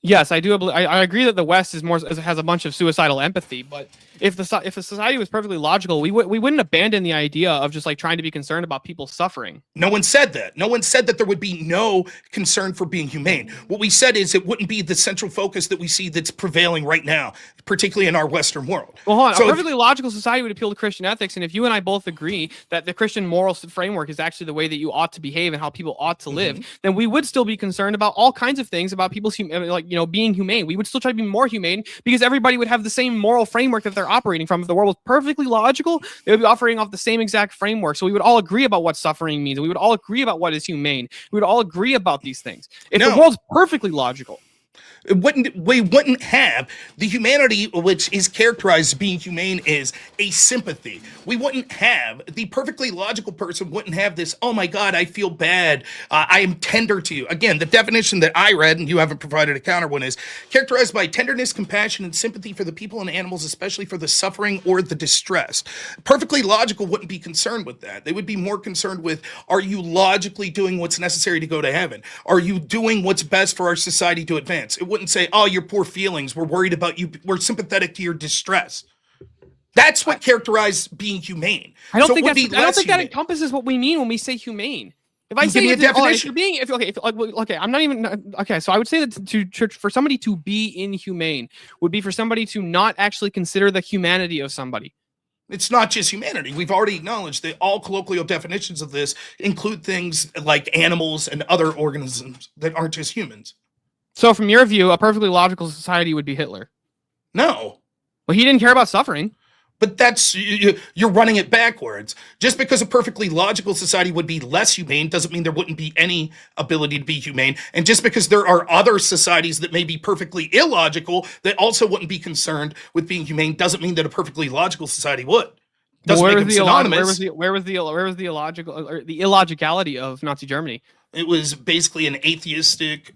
Hitler wasn't an atheist. He was certainly not Christian in the correct sense of it. Well, I would agree with you that he wasn't like a Catholic. He didn't govern in a biblical way.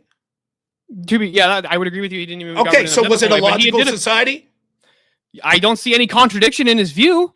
So your argument is that Nazi Germany was a perfectly logical society. There's where demonstrate the contradiction that he held. Okay. What view did he hold that was contradictory? I believe that logic comes from objective truth, correct? You and I would agree on the source of logic. Okay. But can atheists use logic? They can attempt. No. Can they use logic? Yes, they could attempt, but they're going to be wrong. They could use the process of what they think would be logic. How would they be wrong? How would an atheist be wrong to make a basic deductive argument like Socrates is a man, men are mortal, therefore Socrates is immortal? How would the atheist be wrong in using that? Because their objective truth, right, is going to be subjective. They don't have an objective truth. I really couldn't ground it, but can they still do logic? Yes, I said they could use the process, but they wouldn't be able to get to objective truth. Right? I even agree with. Well, no, there are still atheists who argue for objective truth. I'm not saying they can actually ground it in the philosophical sense of in their. You've already conceded. You're now. This is twice now that you've rolled back. No, I don't think they would be less humane still because the problem is you're now shifting. You move the goalposts again. You've conceded that a logical society would be one that's ran as Christian society. Correct?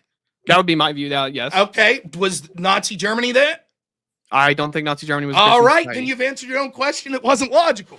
Thank you. No, I know it was still on. I didn't say. Well, if it was perfectly logical, then the best example of that would probably be like the Roman Empire when it was Catholic, or the Orthodox Byzantine Empire. Okay, that would be the closest we would have to a perfectly logical society. Okay, so again, were they less humane? You've answered your question. You've answered your question of that the Nazis themselves weren't. Yes, I would argue that the Byzantine. Now, I'll admit to being historically illiterate on some of these things, but I think that you would find that the Byzantine Empire would perfectly be willing to do things that were necessary for their people and for their religious worldview that would not be primarily concerned with the suffering of animals and humans and being sympathetic towards it. For example, if it's for like a greater good concept, then they're still concerned with the suffering. Like, for example, if the question was like, if a perfectly logical society had the option of like either A, we let these couple of villages starve, but therefore the rest of the country survives, right? That would still be perfectly logical. Not according to you. No, there's no contradiction there, even with Christian. Of course. So define what's a perfectly logical society. I would say a perfectly logical society would be a society that appeals to that actually practices philosophy a lot, and they appeal. They're usually Christian theologians. Yeah. What do you mean usually? I didn't mean to say usually. I meant to say primary, or like as in like yes, the thinkers are Christians. So in that perfectly logical society, would you starve villages? I didn't say starve villages. I didn't say starve villages. I said they don't get involved in it. Would they do that? Would that be perfectly logical? I don't understand. Okay, so if we agree that a Christian would be a perfectly logical society, would a Christian nation not get involved, send missionaries to other nations? Because it doesn't say the world. This is a perfectly logical society, which could be any group size we want it to be. So if we had a perfectly logical Christian society, what makes you think that they wouldn't be concerned with the suffering of other people, even on this world? Even on the minute sense, like we don't want people living in mud huts that are starving to death. It's what we could see is two things. One, it would be perfectly logical to concern first and foremost with the people on this kingdom that you could control. For example, we could see biblically that it makes sense to take care of your family first and foremost, correct? Yeah, I would agree that. Yeah, and then therefore it would entail then your neighborhood, your right, etc. Your the order of love. Yeah, I get that. Okay, right. Okay, so we get that. So therefore, it would necessarily not entail that in a perfectly logical society that you would use resources going to the rest of the world. In fact, this is anathema. You keep making a category error where you think that there would be no ability to be humane in this. Hold on, this is anathematized. By what church is this anathematized? I'm sorry. You said this was an anathema. By what church was this anathema? Well, let me explain, right? It's anathema to what we would really want, because you're anathema is started by is established by the church and a council. Let me explain, right? What you're doing is basically embracing the status quo, where right now we have Christians saying, send us your money to these NGOs so that we can send all this USAID to Africa. No. That's a straw man of my position. That's a straw man. It's not it. It is absolutely, you're embracing the status quo, because what I'm saying is... That's a straw man. No. The Orthodox Church and the Catholic Church both send missionaries to Africa constantly, not through NGOs, but through the church, and they do that constantly. These provide education for the people of Africa, and it's not taking your tax dollars to do so. That all that money is collected voluntarily. How is this being less humane? Those are perfectly logical societies happening in the Orthodox Church. All of that's still humane. It's being more humane than the secularists who just say, fuck it. Now, what I've said over and over again is that it's not that there wouldn't be any ability to be humane. It would be less of the focus, and so there would be less of it. So would there be? No. How is it less focus on being humane? You can continue. You can continue to filibuster, so I can't make the point. That doesn't make any sense. How would they be less? Hold on. If they change, refuse to answer what you say, because I've generously answered your question over and over, and you're refusing to allow me. If they change what suffering means, if they have a different view of suffering means, how does that mean that what they think suffering is, they're still not going to be more focused on that, which would be more humane if their goal is to, if their concern is human suffering, right? And they want to alleviate human suffering. If they're perfectly logical, operating from the Christian ethics basis, how would they not still be more focused on what the church thinks suffering is? Because right now we can see in the status quo that what we have is there is this over concern about what your sympathy is. I again go with the definition that you've conceded, which is humane is characterized by tenderness, compassion, and sympathy for people and animals, especially for the suffering or distressed. All I have to argue is that there would be less, not that there would be zero, that there would be less. So even though we could say that they would still be concerned with certain people that were under distress, they wouldn't be concerned as much with all the forms of distress that we currently see under the status quo. This is identified in the fact that we see the Christian religions that are actually less biblical in both of our opinions. They're the ones that are most likely to go, oh, my feelings, oh, hippie Jesus, oh, we got to send all this money and do this stuff, because they're hyper focused on being humane, on being nice, on alleviating and having sympathy for people's and animals' distress. Yes, some of those distress are real. We as Christians could say we want a society that stops people from starving to death. However, it would be less humane because we'd be less concerned about my feelings because we don't use the proper pronoun. Oh, no. That's from my view, that's not suffering. So they're not concerned less about the humanity there. They're still concerned about the greater question, which is that this person's in a state of delusion. That's the actual suffering. That's the thing that Christians argue against. They're still concerned with what's humane. They're still concerned with the suffering of these people. They have a different view of what the suffering is in the status quo. I agree. But I think if the entire world operated off of Christian basis, they would be far more concerned with what actually suffering is. What's actual suffering? Actual suffering would be things like like children actually starving to death, people not being able to provide for their families. So then distress, like you've conceded the definition, especially for the suffering. I'll just grant the definition, sure. Yeah. I'll just grant it. So concerned, tenderness, compassion, and sympathy. That's what you need. All three of them for people and animals. Yes. I'm sorry. Would the church not be this? And the suffering for the suffering or distressed. Okay, right? Define distressed. Distress would be entirely subjective to the person, but I would say the person who's do you think that the church in this perfectly logical system would be hyper concerned with everyone who's distressed? Would the church be hyper concerned with everybody who's stressed? Correct. Probably not as much, but they would still be concerned with the prompt. No, that's not a concession. No, hold on a sec. Yes, thank you. Are all three of those necessary? Yes. All three are necessary for this definition. Demonstrate that all three are necessary in order for humanity to work. It says characterized by tenderness, compassion, and sympathy for people and animals. So those parts definitely necessary, right? It doesn't say or, it says and. Well, it depends on how we're defining distress. If you say somebody's in distress because they don't have food, I would say that I agree. They're suffering and they're in distress. Right, but what we're talking about is there would be less concern of people's distress. Because here's the big pile of everything that's distressed. A logical society could say, look, we're concerned about some of this because the distress is also connected to other things that are like actual, real, harmful suffering. Hold on a sec. Even if they're less concerned about the distress, they might still be more concerned about the suffering. So how does that a concession at all? That just means they prioritize. Because we could see that right now we would have a priority that would be more to the things that are interested into a biblical society, right? We would understand right now in the status quo that's illogical. We are hyper fixated on people's feelings, on their perceived suffering, on their perceived distress, right?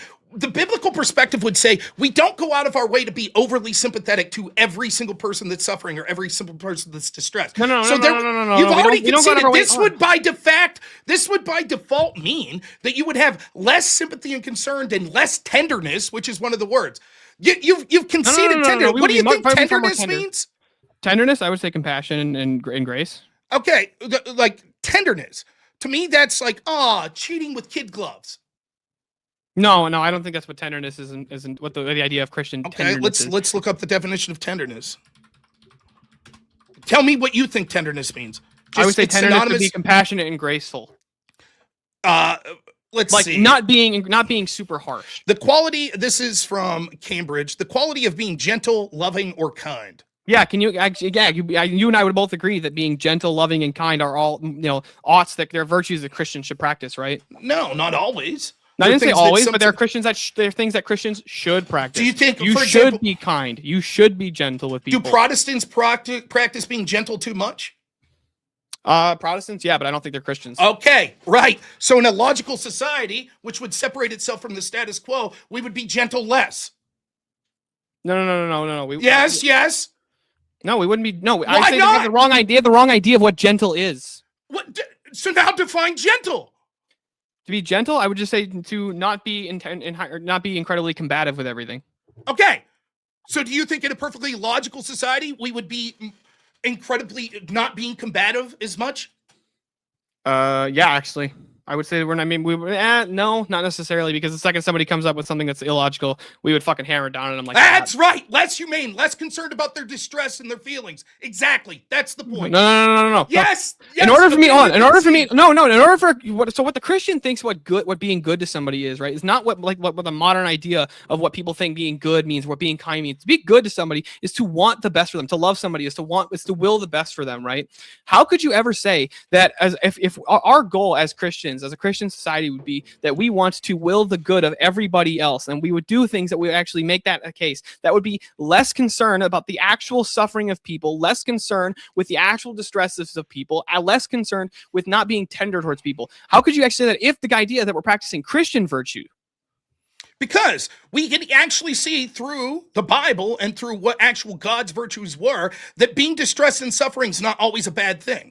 It depends on what the idea of distress or suffering is. That's right. But it's not always a bad thing. Right now, in the not perfectly logical society, there is an overabundance of care for all of those things. In a perfectly logical society, so much of that distress and so much of that suffering would not be sympathetic from the people that are in that society. Because we would understand that those aren't, if the logical society would be concerned with sort of the kingdom of heaven. And so they wouldn't be concerned about the distress that we see with people, mass distress of like my pronouns, or you can't kick illegals out of the country, etc. No, we would more so be concerned about like the 62 billion babies that are the 62 million babies or 62 million babies that have been aborted in the United States. We would be more concerned about the the 44 what was the global number? I'm trying to remember.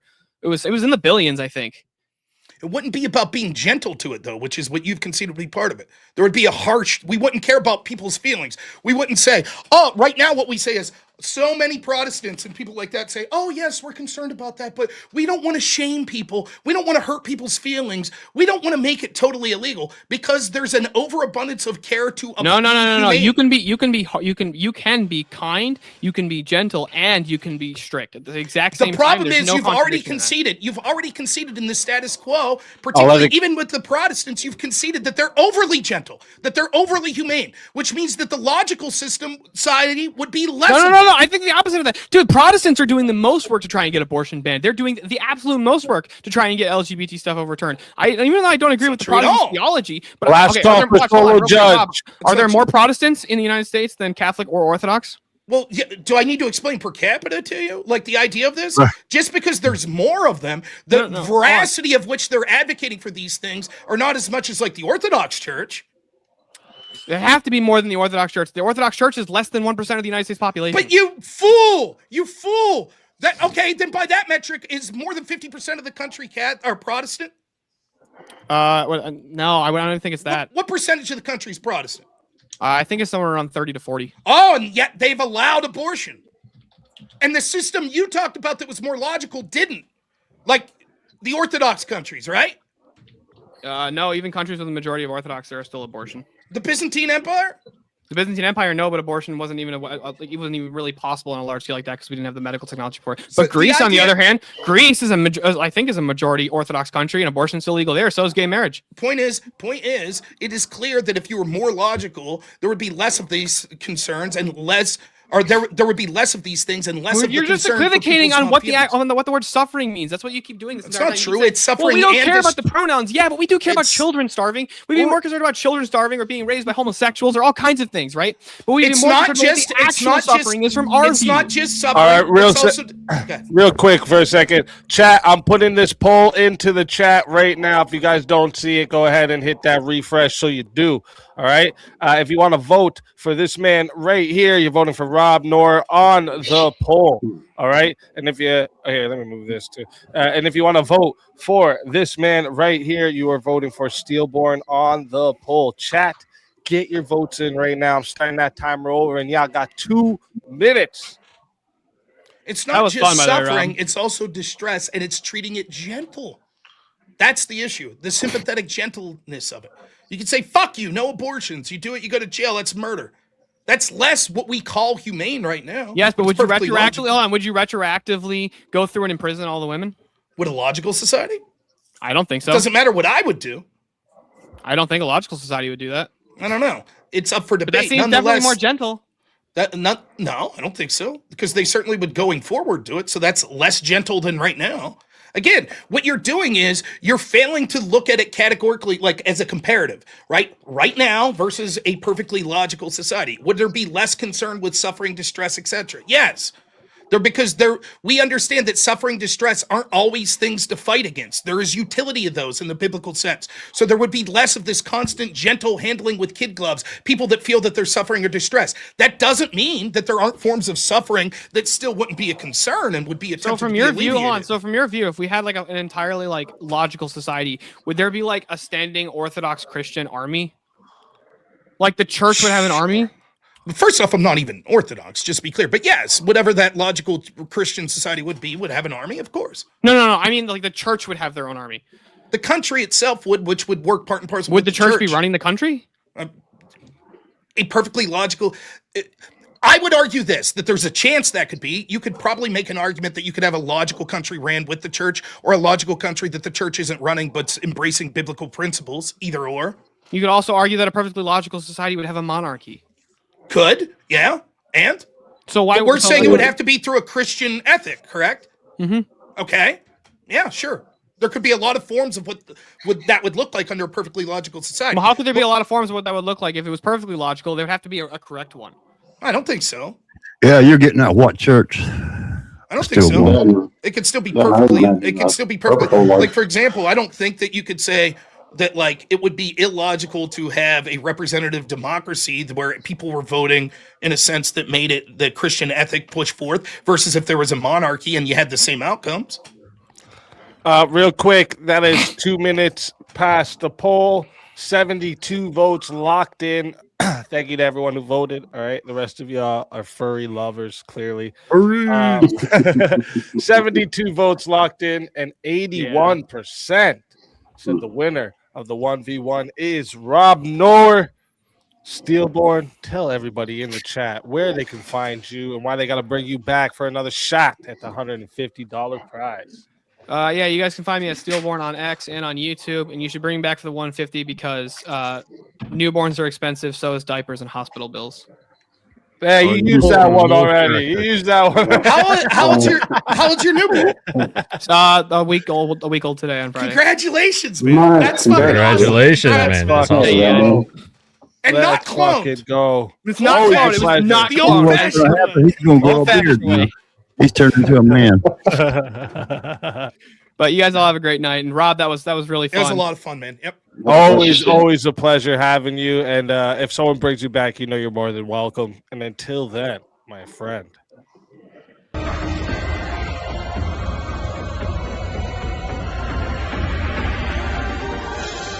You are so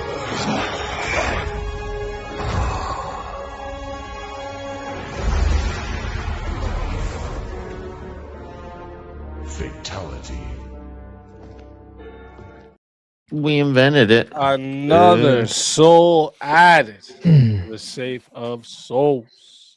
And that's how it goes on Verbal Combat Friday, baby. Now look at that chat. We're almost there. Look at that. 82%. Let's fucking go. Nice. Oh. Yeah, I enjoyed. I got my scalp back at fucker PB. He's a good debater. At least on these philosophical questions. It's such a Weasley because you got to end up that. Well, how do you define humane? Right? How do you define perfectly logical? It's Yeah, but then He's got a lot of wisdom in there. I see there's somebody in the back I've never had here before. Jose, if you could just throw on your cam there, give me a peace sign real quick, and then you can turn it off to come up.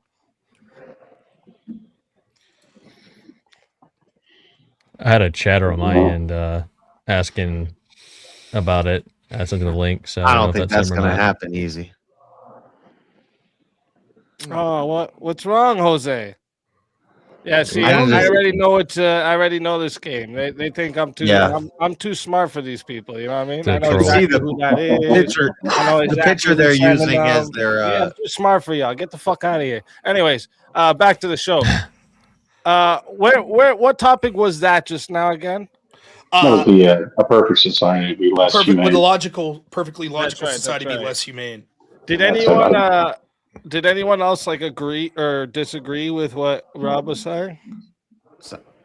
No, that was spot on. I mean, it just makes sense if you think of a perfectly I'm- logical society. I'd imagine that it'd be something like, resource optimization. And when you start looking at, okay, well, what do you have to do? You have to start cutting things. It's like, well, You if said you're a having perfectly logical society would be less humane? Yes. Yeah, I agree with that. Yeah, I'm surprised Rob didn't bring up Spock or something. Perfectly the logical problem- society would Perfect- eliminate 70%. Well, yeah, because you would run into situations like even in logical. like a perfect logical society would do things like a hospital for triage. Like you would only use your resources on people who have the most chance of survival. Let me Exactly. argue. Anyone Let me over argue. 90 would be dead. It's like, it's just, well, hey, what are they going to I do think Stillborn had a pretty good argument though when he was. Well, he fucked up by not the approach he defining took. humane, right? That's the fuck up, right? Let me argue his position for a second. So I heard an Orthodox person tell me this once. They're pro death penalty, and one of the reasons is when you are given the death penalty, you have time to repent. Yeah. Right? So you know that your end is coming, and now you have time to get your soul in order, right? And so that's a good thing. If I take that same logic, extended out from a Christian framework, and I say, well, real humanity, the problem is people think they're suffering right now, and they think they're distressed, but they're not. We're concerned with real suffering and distress, and yes, that includes people starving to death, but that also means saving their eternal soul.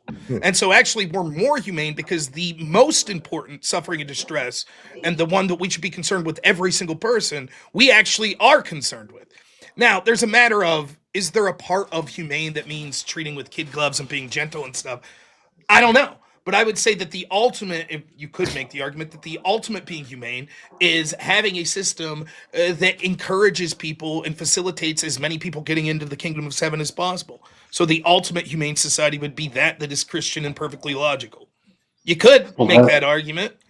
For a second there, Rob, I thought you were going to go down the avarice Heaven Maxine route. Oh yeah, he's a big Heaven Maxer. Yeah, it's interesting. And that's also implying that trust me, I'm Christian or whatever, but Yeah, if you can hear me now, Jose, just turn your cam on and give me a peace sign, and then you can turn it off, and I'll let you up. Because word. secular humanists You're or good. whatever. I'm surprised. Because that's a troll name that's used too, right? Yeah, and the image looks kind of like a trolly image.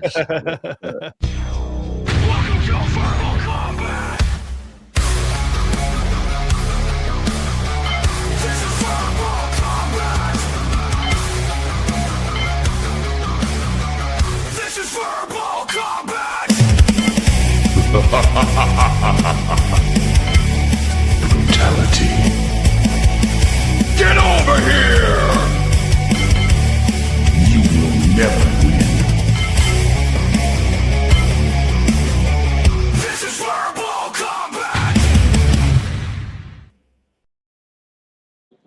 Jose, welcome to the show.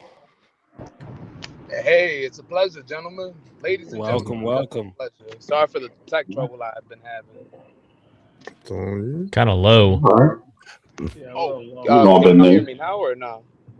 We can hear you, but you're low. Let me see if I can turn them up on my side here. Yeah, see, that's why I call myself a bit of a tech tart. There we go. That sounds better. Yeah, I have you a little louder now. But yeah, it's in your it's car with a cell phone. Is what it sounds like. But if you take logic right outside of just like a universal truth, and you say that logic could just be like syllogism, that sort of thing, yeah, you could envision the Spock thing, right? Right. Just yeah. dispassionate humans that are like The need of the many outweigh the few. Yeah. Like for example, like would a let's say that a meteor hits tomorrow and it wipes humanity out, but somehow we created legitimate AI and it starts to recreate in a perfect logical sense. Would it be less humane? Probably, right? It'd be mechanical, sterile, like it wouldn't care about feelings. It would call the animals that it needed to, for whatever materials it needed. It wouldn't be concerned maybe with humane principles as much. But the problem is, right? I know, and you know this, most of us are taking it to the religious aspect because most of us are Christian on here. And so if you take it to that aspect, then logical would mean Not according to Steelborn. Well, it was actually an interesting argument. If he would have went down that rabbit hole. If he went down the other side, I think he would have won that argument. Well, no, he said Protestants aren't Christians. So yeah, no, but if he would have went down the other side, there's a lot more arguments you could put forth than going down the religious side. I don't know. Is it You already have your parameters set. But if you look at a perfect logical society, it's like, literally flourishing and optimization. And like you said, if you go down like the Spock track, like even for AI, like if we are the programmers of the AI, and even though it can self-learn and make its own algorithms off of what we based it to, we've still set the foundation for what it's going to know and learn and what its structure will be. So here's an interesting little question. There's the movie Deep Impact and the movie Greenland. Both movies, there's a meteor coming at Earth. In both movies, they make a selection of people to go into the bunkers. In Deep Impact, it's random. In Greenland, it's based off of your profession for what they need to rebuild society. So they take more doctors, engineers, scientists, blah, blah, blah. Good movie. Which one of those is more ethical? Well, I think the job one is definitely more logical based off your career. Mm-hmm. But is the random one more ethical? Or more humane? Or more humane, I guess. Well, yeah, I'm kind of ethical is a better word. It's tough because right?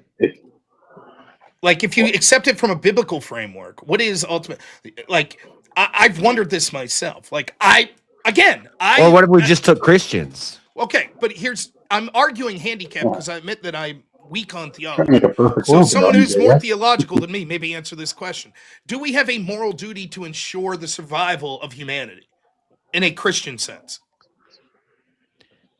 Yeah, actually, now that I think about it, it might be most ethical to take only non-Christians to give them more time to become Christians because the Christians are already saved. I don't think so.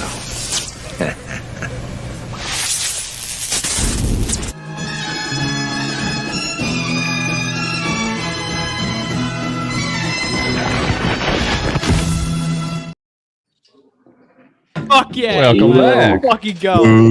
Oh, I'm muted. Of course, I got to talk on mute at least once. But Dude, back the from the legend. grave. Welcome back. Welcome back. It wouldn't be a speakeasy stream if I didn't talk on mute at least once. Hey, Speakeasy, just curious. I was looking at your list. Have you done the? I didn't get here till later. Did you do the empathy one yet? Nope. Not yet. No. Oh, he's only done. Want to send me to bed? We haven't done that one yet. Want to bring it up and send me to bed?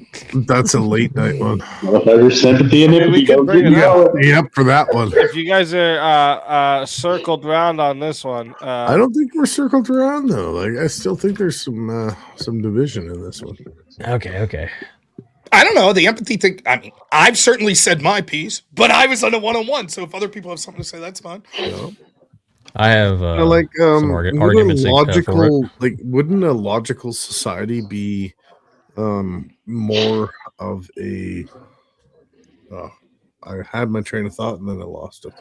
I have a question for Rob real quick, just because something I thought about while I was backstage, Rob. Do you think that being a perfectly logical society entails being totally devoid of emotion?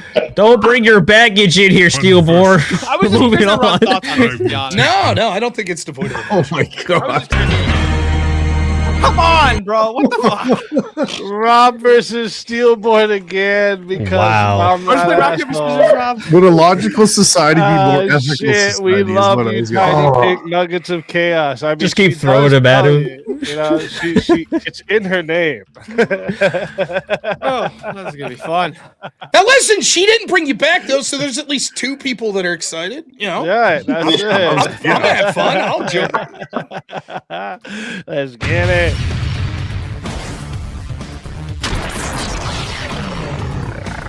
Time for 1v1.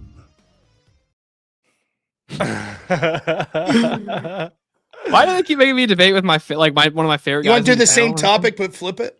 No, I'm done with that topic too. Shit. Well, what do you think about that topic that Mo had brought up? Empathy is morally overrated.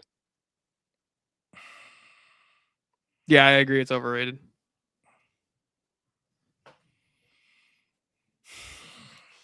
Oh fuck! I'd have to think about this. Yeah, I could argue the other side of it. Sure. You sure? We can try a different one. No, that's fine. I mean, there's going to be similar problems with all these. We're probably going to tend to lean on the same side. So at some point, someone's going to have to, bite a bullet. It's not an impossible. Yeah, topic. me and Rob are pretty much going to agree on most of these. Yeah, so that's fine. I could argue that side of it, that it's not overrated. All right, so chat, remember, this goes to 5 minutes unless you want it to be longer, okay? You have control. So it's $10 to add a minute, $60 if you want to be the solo judge. And if we don't have a solo judge, it's going to go to the chat poll, and the loser of the poll will lose their soul. Fighters, good luck to the both of you. Let's get it. All right, I think first thing should we agree on a definition? Yeah, I think. Okay, so I think there's people oftentimes like to they kind of like try and make a synonym between empathy and sympathy, where I think there's a difference and I think there's a distinction. I think empathy is actually trying to put yourself in someone else's shoes and imagine how they feel, whereas sympathy is just going, oh, I recognize that this person's in a shitty situation. I understand they're probably feeling bad.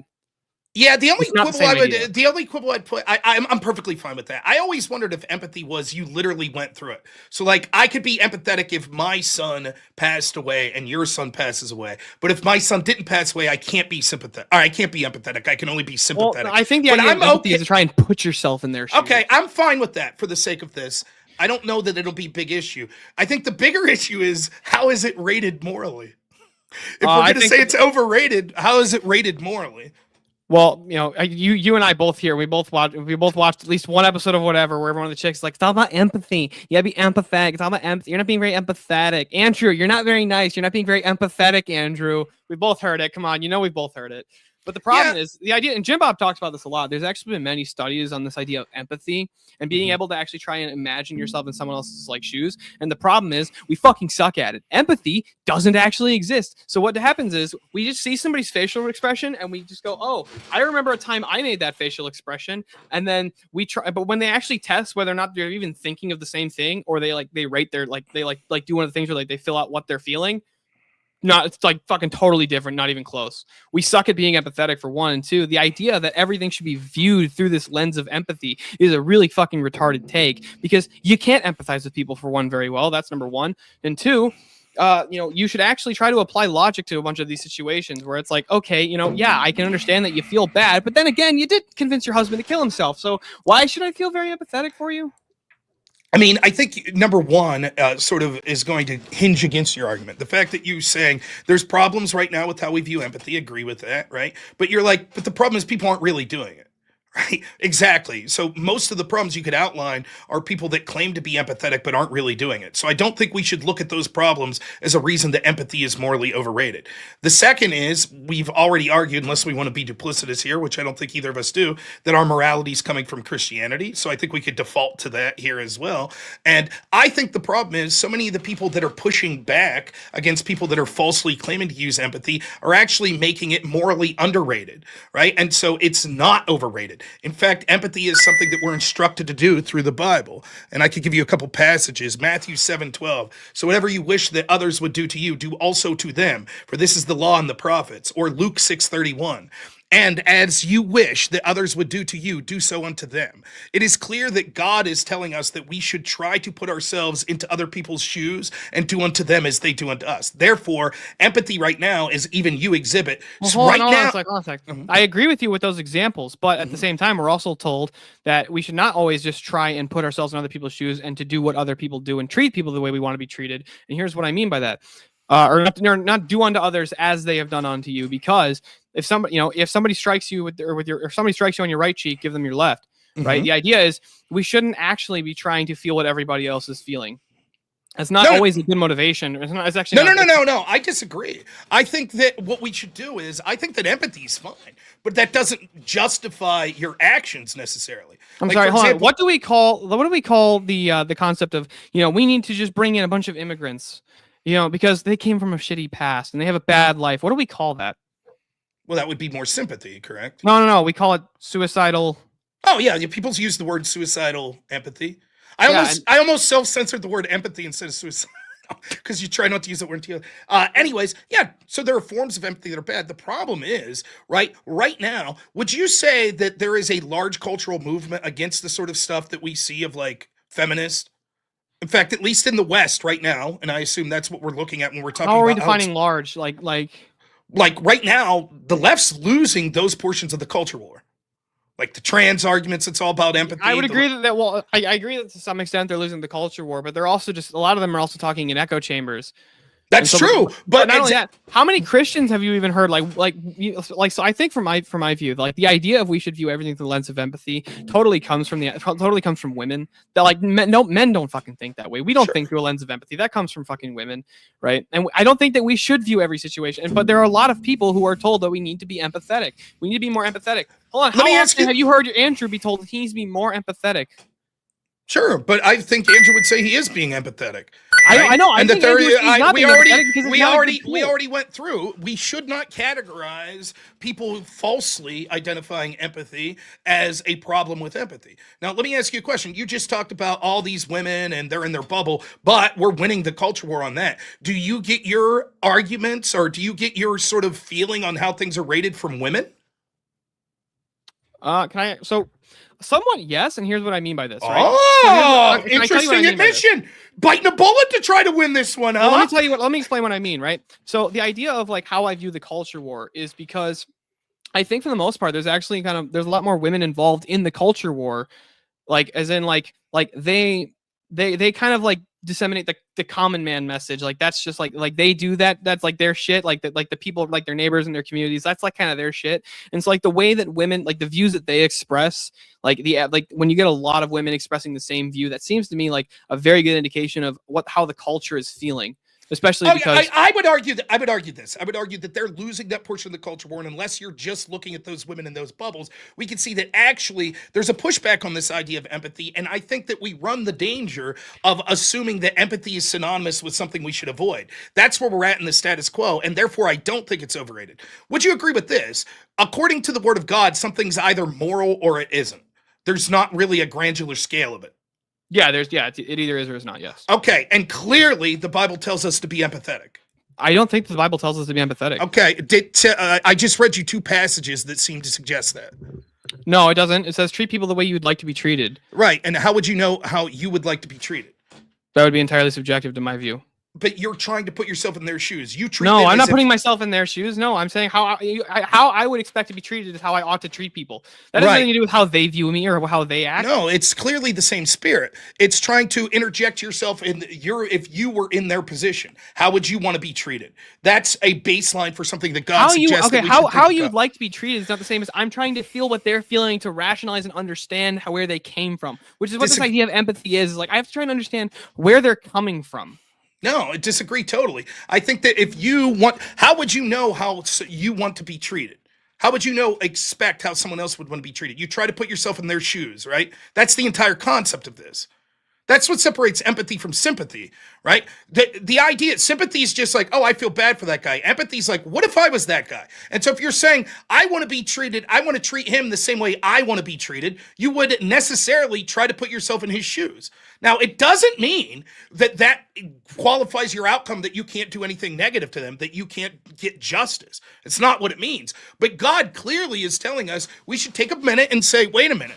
How would I feel if I was in that position? I would want to be treated a certain way. Yes, and but is that the only way that you're supposed to act, though? No, but here's the problem. Once you said that there's no granular scale, it's either moral or it's not, then the term overrated, you'll have to concede it's either moral or it's not. It can't be overrated. Well, no. The idea of whether or not it's moral or moral to God has nothing to do with what this population is doing with it. But you would acknowledge that can you, Speakeasy, can you put the topic back up? The topic specifically says, is it morally overrated? And you would say that morally, the morals is the word of God, right? So is it, if the word of God either says it's moral or it's not, it can't be morally overrated if the answer is yes, it's moral. It's something that God's it depends on what moral system we're going with. So like, do you agree with me? We agree in the moral system. Well, I agree that you and I would agree, but do you agree that the secularist has no basis for morality and they just say it's empathy first? And yet we both agree they're wrong. Yes, so who gives a shit? Yes, but are more people judging through? Do you agree that there's a lot of people judging through secular ethics? They might claim to be Christian, they're nominally Christian, but they don't actually practice Christian ethics. Well, that could be, but we at the end of the day say that moral, regardless of what they subjectively are doing, we would both agree that God says that we should be empathetic at times, that it's moral to be empathetic. Yes, there are certain times, and time and place. So but there's also times to have have righteous anger and righteous indignation. Those are totally, and you don't have to be empathetic in those scenarios. You actually don't have to be empathetic. Like if somebody's curb stomping toddlers, do I have to sit there and think about, well, how would it make me feel if I was curb stomping toddlers and somebody came over and stopped me and they threw my ass in the fucking jail? No, I don't give a shit what he's fucking thinking. I'm throwing his ass in the fucking jail if I don't. You know, that may be true. That may be true, right? It still would be morally ethical. Right? In the sense that it's not granular. So empathy, it can't be overrated. You could say that people misuse it. You could say that people focus on it too much, but to the question of the morality, how it is rated. Does the left lead all of their morality through an empathy first lens? It doesn't matter because it does matter. It does matter. We have conceded that their morality is wrong. Yes, but they still hold a moral framework. So that's fine, but we are viewing this topic through the lens of what we agree the words mean. And we agree the word morality is an objective truth that comes from Christianity. So it doesn't matter if their morality is wrong and what they're choosing to believe. Is the use of empathy moral? It can't be overrated if it's moral. Yes, God gives into specific passages why it should be moral. They misuse it, but that doesn't mean that it is morally overrated. It can't be overrated. If they misuse it, and you and I both agree that they misuse it, and there's a majority of people misusing it, are they actually they're putting more weight to the idea of empathy than they are to the idea of, let's say, righteous judgment or righteous anger or the idea of compassion? Like there's other things that we can use, other views that we can use, but they are saying no, we have to view it through an empathy first lens. Would you agree that in order to answer this question, we should use the definition of morality that we both agree on? No, because in order for us to actually argue with this, and here's why I say that, because we're talking about when we say it's morally overrated, we're talking about the way it's viewed in society. If an atheist says that abortion is moral, and me and you disagree, should we evaluate through what we consider morality their moral lens? No. We can value whether or not they're consistent, but the idea is they're coming to the view of the view of empathy. They're overrating and overvaluing the idea of empathy. But they might overvalue empathy, but overvaluing is different than if it's moral or not. If it's morally overrated, we are in agreement what moral overration means, right? What you're saying, we agree. It's either moral or it's not. We agree. God says that it's moral. Therefore, it can't be morally overrated. They could utilize it incorrectly, but I'm not willing to concede that they're using morality. They might claim they are, but they're wrong. Can Christians overuse the idea of empathy instead of other ways that they should, evaluate? Sure, you could overuse something, but again, you've already conceded. If you overuse it and you say that, because hold on, let me ask you this: what if I say I'm a Christian and practice Christian ethics, and so I try to view everything through a lens of empathy? Okay. And I try to empathize. And this is why I don't think that we should have the death penalty. Or I think we should. Okay, I'll give you a better example. I think that because of my view of empathy as a Christian, and I understand that these people who, they diddled kids were born with a predisposition to doing this sinful behavior, right? And through my empathy and my Christian ethics, I say we shouldn't chemically castrate them.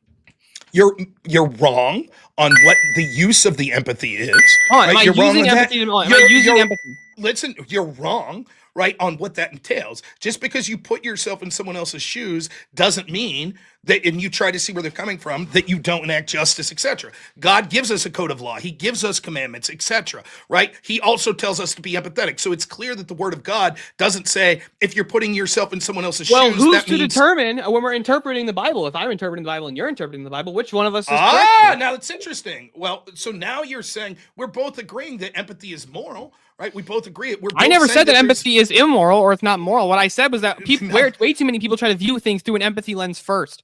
But they're misusing it, right? They're misusing it. That doesn't mean. The only question we have to ask ourselves is, does God say it's moral or not? Because you've already conceded that it's not granular, right? That it's not. It could be more moral or less. So it's to the question of. So we don't look at the left's lens. We don't look. Yes, they overutilize it. Yes, they use it in ways that are wrong, that aren't logically consistent or with the word of God. Of course, right? But it's either moral or it's not. And are more people using empathy in the incorrect way or the correct way from your view?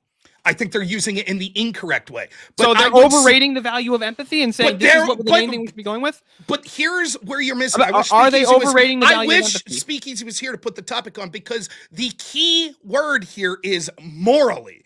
And we both agree that it is either moral or it's not. Right? And we're saying it is moral. The word of God says it's moral. Just because they then utilize it in wrong ways and they say, well, we think that something could be moral or less moral. We both agree on the definition of moral. So according to our definition, it's not that it's morally overrated. It is that it's used falsely. It's that it's used for excuses for a bunch of bad behavior. All of those are incorrect ways. That doesn't mean that it's morally overrated. That means it's misunderstood. It's overutilized. Rob, how many people in the United States do you think that homosexual marriage should still be legal? How many people think that it should be legal? Yeah, if you had to guess. I would guess 68, 70%. And what's the most common argument you've heard for gay marriage? Fuck, that's tough. I run in different circles than most people. The most common I hear is the government has no right to be involved in marriage, and it's a legal contract. And so if they're going, you hang out with way too many libertarians, right? Rob. So the most I would common say moral argument that I hear for this is because love. Yeah, because they have love, and he's like, who am I to tell them? So the problem is, and by the way, there's somebody in the chat that's pissing me off because they keep saying I'm making an unpopular fallacy. I'm not saying that I'm right because the majority of people agree with it. I can't help it. I can't. It drives me nuts. But like, I'm not saying that the majority of people, because they misuse empathy, are like that's why I'm right. But I'm saying if the question is it being morally overinflated in its value? Right, and there are way too many people in our society that are trying to view everything through an empathy first lens. Then that it would be they are putting empathy on a higher totem for what they should do, rather than, like, let's say they appeal through Christian ethics, or there are more people in society that are trying to use empathy as opposed to, like, I don't know, even using fucking Muslim ethics or Jewish ethics or Christian ethics, whatever ethical framework you're using. There's way more people in especially in the West, I would say specifically, that are trying to use empathy as the value for everything. But we're talking past each other. I agree with that. The problem is, does that make the concept morally overrated? Maybe if I give an analogy, you'll see this. Do you think that the Bible speaks that it's moral to help the less fortunate? Yes. Okay, do you think that that's morally overrated to help the less fortunate? No. Not Why? Why? Because way less people give to charity than normal. But let's say they did. All of a sudden, we have a lot of people that talk about helping the less fortunate, right? They hyper focus on it all the time and talk about we need to help the poor. That's the entire Democrat message. Whether or not they do, it's irrelevant.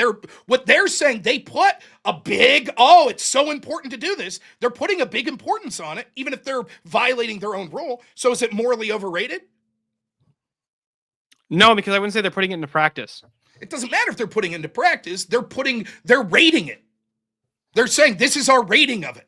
Well, yes, but the problem is there aren't a whole bunch of people actively trying to view everything through the empathy first lens. And when you view things, and you like, dude, this idea of like we need to bring in a bunch of immigrants because they have a shitty country or because it'll make our economy worse, right? Because people won't be able to afford cabbage as easily because there won't be anybody to pick the lettuce. That's an empathetic view that they're coming from. They're like, no, well, people will suffer because they won't be able to afford cabbage as much because we don't have the immigrants coming in and picking it. Or they're saying, the immigrants are having a really shitty life, and we think that they should just allow them to come in. That's like the main argument from the left is that no. See, what you did, the reason that you initially said no, right, is because there isn't an overrating of the morality of it. God says that is moral. So it's not like, God's wrong when he says it's moral, or it's either moral or it's not. You've conceded that, right? The problem's not the moral overration of it. The problem is the overutilization of that and ignoring other moral principles. Okay, hold on. That's the problem. If Christians only focused on forgiveness, right? Said or love. Let's just say like the love, like the way a lot of the secularists like to say, you should love everybody. You should love everybody, and that means you should accept everybody, right? How would you feel if you thought you were a woman? How would you feel if you did that? How would you? That's trying to build to empathy, dude. All of it, and we've all heard those fucking arguments hundreds of times. We know they're shitty arguments, but these people actually think this way. But they're wrong. We are conceding. Whether or not they're wrong is irrelevant to the idea of whether or not they're overrating it in its value. If we were like the highest value. If we were like, is a hot dog a sandwich? And there's tons of definitions of what a sandwich could be, right? But me and you, the first definition you give, I go, I can see, you're absolutely right, that's the definition.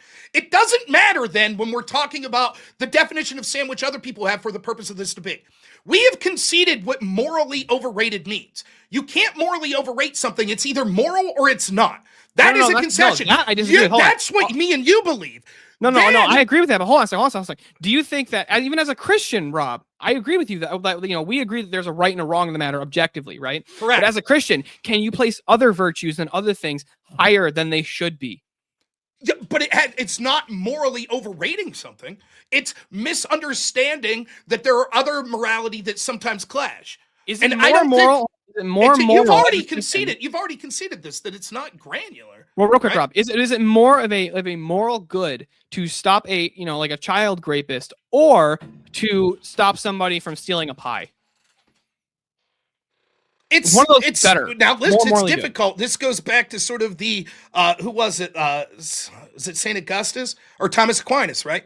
Like, for example, Thomas Aquinas says it's either moral or it's not. His famous example, which we've talked about before, is if you're hiding someone who's Nazis on the lookout for a Jewish person, right? And you're hiding them in your attic, and they knock on the door and say, "Do you know where this person is?" What's the moral thing to say? Well, it depends. So I would say that you even if you lie, it's still an immoral thing that requires repentance. Correct. And so what Thomas Aquinas says is what you should say is, I know where they are, but I refuse to tell you. Yeah. So, okay. So in other words, what you just seem to imply is it would be more moral to lie. It would be more moral to lie. No. I think that Thomas Aquinas' position is I think that Thomas Aquinas actually had the correct, had a better answer. Right. So hold on a second. Would it be wrong for me to say, like in this example, would it also be wrong for me to say, I know where they are, they're over here? I'm still telling the truth. Yeah, that would be wrong, but that's because you've committed another sin. What sin have I committed? Have I lied? Well, you have intentionally caused harm to someone by... How did I intentionally cause harm? I just didn't lie. Because they came to you for sort of safety and haven, and now you're intentionally giving them up? Well, okay, let's say hold on, real quick. Let's say the Nazis put all my family to the barrel. It would still be wrong. So hold on. What about the order of love? Which one should I value more? Should I value the strangers or my family? Again, it would still, Thomas Aquinas says, that's what they, again, then you would have to argue he's wrong, that you would have to lie. Well, I think Thomas Aquinas is wrong about all kinds of things, but you just said you think he's right on this issue. On the and specific I've heard you hypothetical that argue gave. this exact point in a previous on the debate. specific hypothetical that you gave, I do agree with you. But in this scenario, So where you it's like, can't okay, hold sin. on, random family versus my family, according to the Ordo Amoris, I should actually value my family over another family. Totally agree. But that doesn't mean that you're justified in committing sin to protect them. Yeah, but that's not committing a sin to protect them. It would be if you're selling someone out.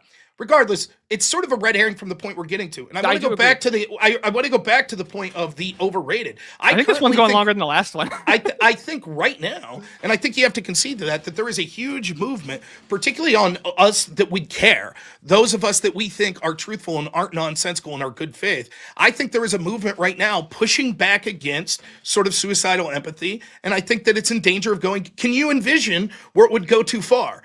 Where because we have these crazy feminists on places like, whatever. I've already seen go too far, dude. Look at England. That's suicidal empathy going too far. No. Like, Would you, we can't be mean to the people because this is Islamophobic. That's not the question. Could it go too far in the opposite way? Well, I need a little more specifics. Like, for example, can it go so far that we refuse to utilize empathy whatsoever, and therefore we violate the tenets of Luke 6:31? I don't think that it would be a violation even to just abandon empathy and trying to view everything else through like the virtues and the denial of the passions, and that you ought to treat people through Christian ethics. I agree, but like I don't think that it would necessarily be a violation to say that you should treat people how you want to be treated. But that doesn't entail that I have to envision myself as them. It's just how I want to be treated regardless. I don't want to be curb stomped, so therefore I shouldn't curb stomp people. That seems fair. It is clear that what you're doing there is putting yourself in their shoes to come to that conclusion. No, I think I'm putting myself in my own shoes. Oh, I don't want to do this, therefore I probably shouldn't do it to them. Right. That's exactly what. So when Luke says, and as you wish to others would do to you, do so to them. That's saying, put yourself in their shoes. You wouldn't want this to happen to you. If you were them and this was happening, you wouldn't want it to happen. It's literally talking about separating it from empathy, where you're trying to envision yourself in that exact situation. Okay, so it's clear. Even if I grant all of that, the idea of whether or not it's morally overrated, what I mean by that is, do you agree with me that there's a large majority of the population, or not a large majority, but let me get to 24 and a half to see if we have a solo judge. There's a majority, if not a very large minority, Wait for them to finish that says before that I jump everything in. is an empathy first. We need to view everything through the empathy first mantra. We need to be empathetic towards everybody. That should be the goal, to be empathetic, and not to be like, I don't know, truth tracking. But there's a large subset of the population that believes that, and they act this way. They're wrong. Right? Just like even if there I is, grant that they're wrong, it's irrelevant to the question. Because Rob. it is not relevant to the question, because what I'm saying is they're utilizing empathy wrong. They're not correct that they're using empathy, and they're utilizing it in other ways that end up being illogical or sinful. The problem is that doesn't mean that the concept of empathy is morally overrated. That means people are using it. Not that that it's being objectively morally I think we're just overrated. equivocating at this point. I don't. I think that what you're doing is looking at their subjective definition of morality, when me and you are talking about an objective definition of morality. And we both agree that objectively, empathy is something that is moral, and that therefore it's not granular and it can't be overrated. People are subjectively. I'm not going to say that moral. I wouldn't say that empathy is objectively immoral in and of itself, or not objectively. I wouldn't say it's inherently moral. Again, I'm the only person reading. Yeah, you're stillborn. You had a great layup there when you brought up the trans situation. Well, just real quick before we get into that, chat, I'm putting the poll into the chat right now. All right, if you don't see the poll, go ahead, hit that refresh so you can see it. If you would like to vote for this man right here, you're voting for Rob Noor on the poll. And if you would like to vote for this man right here, you were voting for Steelborn on the poll. Chat, it's time to get your votes in. I'm starting this timer over. You got 2 minutes. Yeah, Steelborn, you actually touched on a few good points with the whole how it's weaponized currently in modernity, especially on the left. I thought that was actually the point that I was arguing. I thought that was a good point, but you also made a mistake of granting him that empathy is even a word that makes any fucking sense to begin with. Yeah. Just to give like brief history for everybody here. Empathy coined in 1909. It was a psychologist that thought it up, and the original purpose of it was he wanted his art students to sit around and fucking pretend what it's like to be art, because the original words translation is to feel into. So these guys are sitting around like, oh, I feel like a statue. oh, this is what it feels like to be a fucking like architecture, right? So then it goes in. It was a test to see if you could like try to put yourself in the idea of being an inanimate object. Right. So then later, so like in the, how would you think of that? Can't you? That's a mental process that you can think of that. Okay, you're a tree, so you can't move. You're constantly growing. You'd have maybe leaves falling off and but you don't. You can't feel what it's like to feel in an image. It makes no sense. You would be so able to imagine. Hold on. So going into wait, you can't picture not being able to move. I can't. No, I have no idea what it feels like to be a fucking tree. No, I have no idea what it feels like not being able to move. Can you? So wait, there's more to this. And I actually can make the moral argument too, by the way. So then it gets. No. I'm just giving the description. I'm giving the description of like the history of it. All right. So anyway, going into I know it's an unpopular opinion. I get it. But you'll never hear the argument if you don't shut the fuck up. So going into the like 1950s, 60s, that's where it went into psychology, all right, and that's where it got weaponized there, and it's the standard for a whole bunch of like crazy things to justify. One thing being the trans movement. Okay, so the question then becomes, also the definition has changed quite a bit, and the one now is the ability to understand and share the feelings of another. So hold on, wait. No, it's not. I just give you a definition of what it currently is. No, it isn't. Do you want to hear? Do you want to hear the argument? Do you want to hear the argument? Do you want to hear the argument? I don't need you want to talk over me? I'm going to use. You don't want to hear the argument. The Bible is. You don't want to hear the argument? Slavery. Do you want to hear the argument? Do you want to hear the argument? No, do you want to hear the argument? I'd like you to answer my you don't? Hold on, I haven't even given an argument. For you to critique? I can give you the moral argument. Yes, so here's. I didn't. I was giving a and this filibuster of all these different. Okay, fine. I wanted to address one thing. Is trans women? Do you think that they're women? That doesn't mean you're trying to steal. No, that's not the position. No. Hold on. They're not, right? I was like, okay, great. Now they use exactly. One of the main arguments for that is they don't have a reference to know what it's like to feel. They don't have a reference to know what it feels like to be a woman, right? They don't have a argument. The argument that yes, it is. Look, one of the arguments is they don't know what it feels like to be a woman because they're not a woman. Okay, that is one of the main arguments. I don't know if you never heard it before, but it's a really good argument, and that's why they do go into the whole like brain scan shit. They stay away from that argument. All right. So if you hold that is a logical argument, and it is a logical argument, makes sense because they don't have a reference to know what the fuck it feels like to be a woman because they're not a woman. You can't hold that argument and at the same time say you know what it feels like to share the feelings of other person that you don't have fucking access to. You're in a P and not P contradiction. No, you're not, because you're believing. Yes, you are. Delusion. No, it's not. Yes, you're believing in illusion. What? Explain it. Explain. Yes. Right. You believing in illusion? You are believing in illusion. What do you want to ask me a question? Ask me a question. All right, can you imagine not being able to move, Mo? That's his whole point. You're imagining. Yes. That's what empathy is. No. Yes, share in the feelings of another. Look at the definition. No one uses it. Share in the feelings of another. So we don't use definitions. We don't use definitions. We don't use definitions. Throw those definitions out, right? Last time, Mo, you were talking about the dog in the cage, and you said you couldn't put yourself in the mindset of the dog in the cage. So then that way you're like, okay, well, you can feel sympathy for the dog because you can't put your mind inside the dog. Listen, let me announce this first quick. We got 64 votes. Damn, slacking on the votes, chat. Slacking on the votes. 64 votes and 81% voted that the winner of the 1v1 is Rob Noor. So Steerborn, tell everybody in the chat. Nice. Tell everybody in the chat where they can find you. To bring you back. You guys can find me at Steelborn on X and on YouTube. And bring me back for diapers for this one, because I'm pretty sure I got to go change it. See, look, and this is the perfect fucking. Oh, sorry. Always a pleasure having you. And if they bring you back, you're more than welcome. And God bless you and the little one. Thank you, guys. And everybody have a great night, my friend. Good night, man. Good job.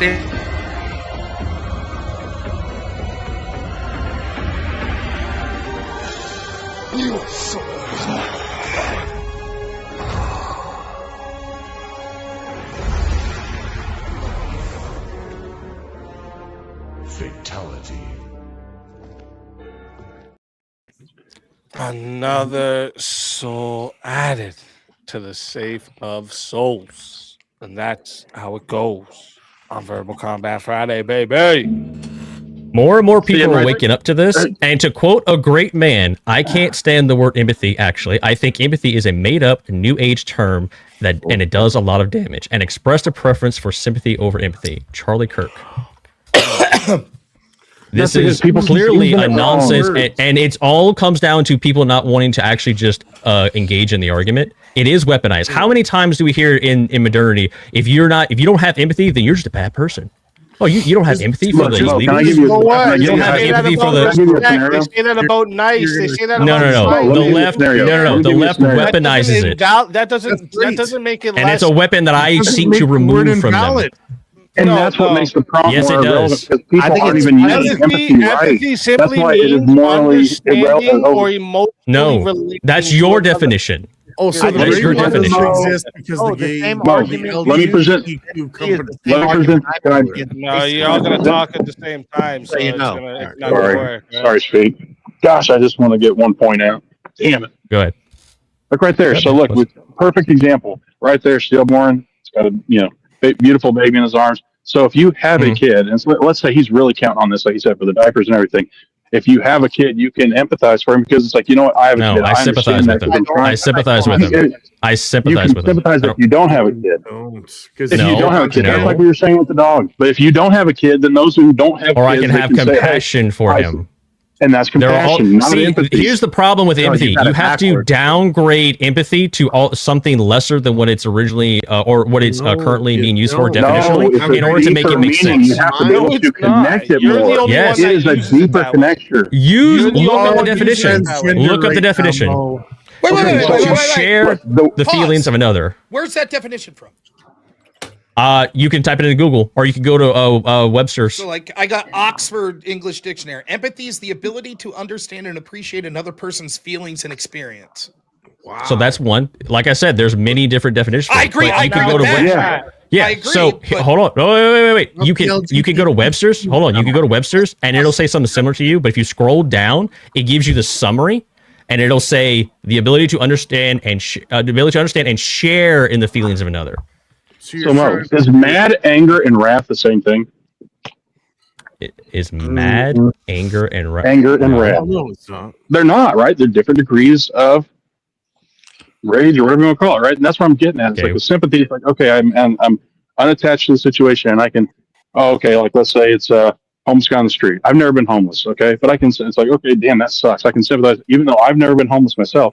I can sympathize that, man, that must suck. Being out in the cold, I can make a relevant point. So, okay, that guy's situation sucks. But if I were homeless, what if that guy's loving understanding? And are you not empathizing correctly? I went to the Merriam. It goes down. Say it again, the way you said it? If you scroll down, it gives a summary and it talks about it. Tell me the way you said it. Well, let me look it up so I'm not equivocating. Yeah, because I'm pretty sure what you just said is being aware of and sharing another person's feelings, right? Sharing the feelings of another. Because when I look in Merriam-Webster, that's the kids' definition. No. It says kids' definition, being aware of and sharing another person's feelings, experiences, and emotions, also the ability of this. So if you scroll down, you find it. But sorry, Jay. Look forward is not a valid point. I was saying if the homeless guy is. If I have to look up a definition to get so don't equivocate, yeah. So now you need to find a definition to fit the one you've been using. No, I'm looking at Merriam-Webster. I'm reading. One using one that's not the colloquial. If you type it, no, it's not. No. Nobody believes in when you say you share the feelings or you're imagining how someone feels, being empathetic. It means that you're literally in their body and mind. That's it's no. And another thing you brought up, if we confirm empathy, that means we have to confirm the trans woman as a woman. That's a category error. You understand that, right? No, it's not a category error. No. Yes, it Mo, is. I'm not Yes, taking The a argument stance. is not that you're sharing their body. Mo, I'm So not taking a stance on this. Merriam-Webster's empathy. If you scroll down, it's it He actually said, I has. be a homeless guy, and I think, damn, that might suck. I know homeless guys who love being homeless. Well, people who use the system, but you know what? Were you homeless and ever doing that? Yeah. Mo. Okay, here's then there my you go. thing. You would actually have a more empathetic situation of that. Me, I wouldn't be able to. I'd only be able to sympathize with it. I don't mind scrolling down, right? Like the problem is, like if there's many definitions, it's hard to be like this is the definitive. And when I just go to Merriam, and that's the problem with problem with it. Let me finish, please. When I go to Merriam-Webster, right, this is the definition it gives me: empathy, noun, the action of understanding, being aware of, being sensitive to, and vicariously experiencing the feelings, thoughts, and experience of another. And then you're like, scroll down. It says usage of empathy and sympathy. Sympathy is a feeling of sincere concern for someone who's experiencing something difficult or painful. Empathy involves actively sharing in the person's emotional experience. Thank you. Confusion about the pair of words there it likely is. stems from the fact that the word sympathy, which dates to the 16th century, at one time carried both of those meanings. When empathy was coined in the early 20th century, it was first applied to the context of 1909. philosophy, aesthetics, and psychology, which it still has technical use. The common use of empathy known today dates to the mid-20th. Now, but involved in sharing a person's emotional experience, what it means by that is action, understanding, being aware of. Can I just real quick? Again, and what it means by that is what the definition is: the action of understanding, being aware of, being sensitive to, and vicariously experiencing the feelings, thoughts, and experience of another. So, in other words, it's putting yourself into their body and trying to feel this is what they're feeling. This is what they're going Exactly. Exactly. How do you do that when you don't have access to another person's consciousnous? Through similar experience you've had from yourself. It's a philosophical problem. Fucking stubbed your toe. Okay, let's go with that. If I stub my toe and someone else stubs their toe, I actually don't know what they're feeling. I don't have. There's different pain tolerance. Hold on. Different pain tolerance, different nerve sensitivity, different skin strength. No, I see monks that lay down on beds of nails and they don't feel anything. That's because they're conditioned for it, and they can understand it's a problem that with. doesn't mean they don't feel So you're missing the larger problem here. This is weaponized in modernity for all kinds of nonsense in philosophy and psychology. And that's what makes this prompt accurate, because no one's even using the word the right fucking way. So it's morally over morally.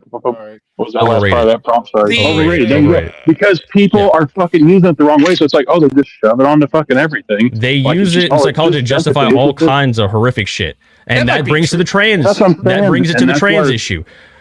Trans people say, "Oh, I'm empathetic. I know what it feels like to be a woman. I know." No, the fuck you don't. Exactly, and that's understanding someone's experience doesn't mean affirming it. You understand that, right?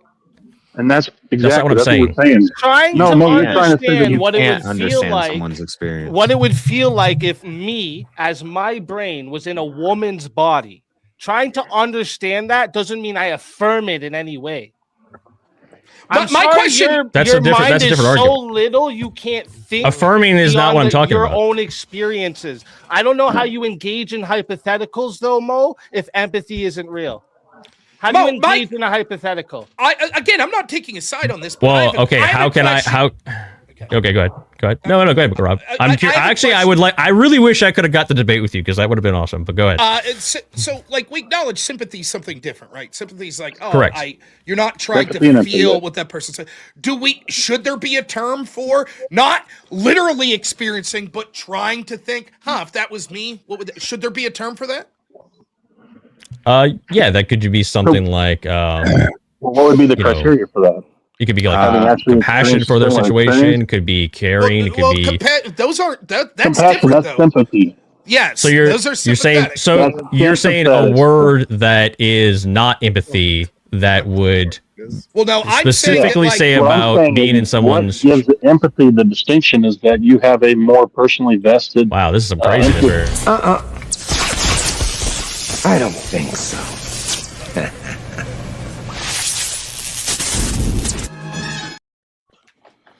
This is craziness.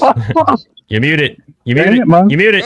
You mute it. Steelborn, you left the back. Get back up here. Steelborn, get back in the back. Wait, is it Steelborn? Oh, wait a minute. That's L. Eli. It's Eli. Eli. It's Eli. Oh, you're bringing Eli back to face Rob.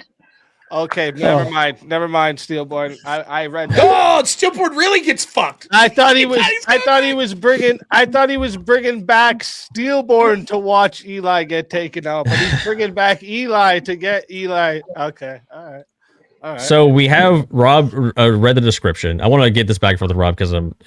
Hold up. We gotta bring him back. I don't think so.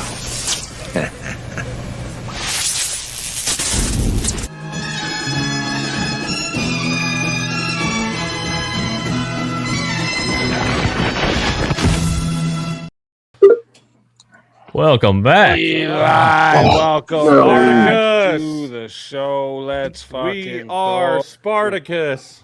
He's camping out in the mountains here. Yeah. Nice. Thank you. So Rob, you had some additional questions. Like, Well, just wait because Rob's got a 1v1. He's got to do now. I gotta head out. Damn it. All right. We'll talk sometime, Mo. Take it easy, man. All right.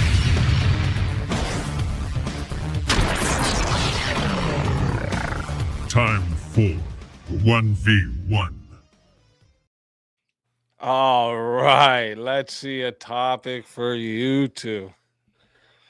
And shout out to Spartacus. Thank you very much. Shout out. Big You the donor. man. Absolute legend. W's And in the chat for Jose T Spartacus. says, speaking about empathy and love, I support this page to the fullest, not trying to run from a debate. My audio was messing me up. Cheers, though. Hey, no problem. If you have to go, you got to go. But, next time. We do this every Friday, Jose, so come again. And I have after panels all the time, so come again. All right, let me see here. What's going to be a good topic for you two?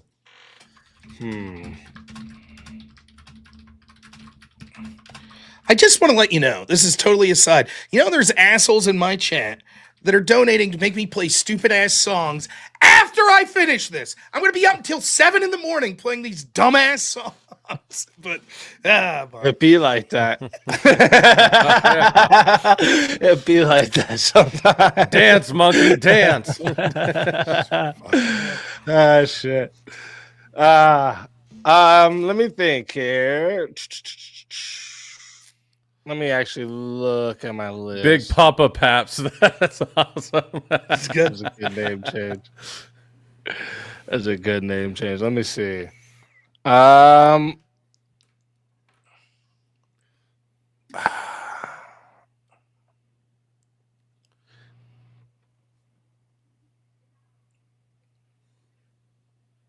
You guys will agree on those ones. Let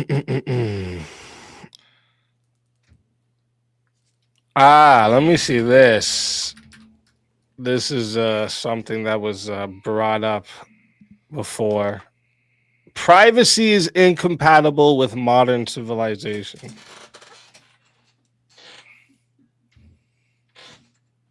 What do you think? I could do that. I could do either side of that. Privacy is incompatible with modern civilization. I don't know. I might want to check out a different one. Okay. You want to try a different one? No, that's fine. Yeah. That's fine.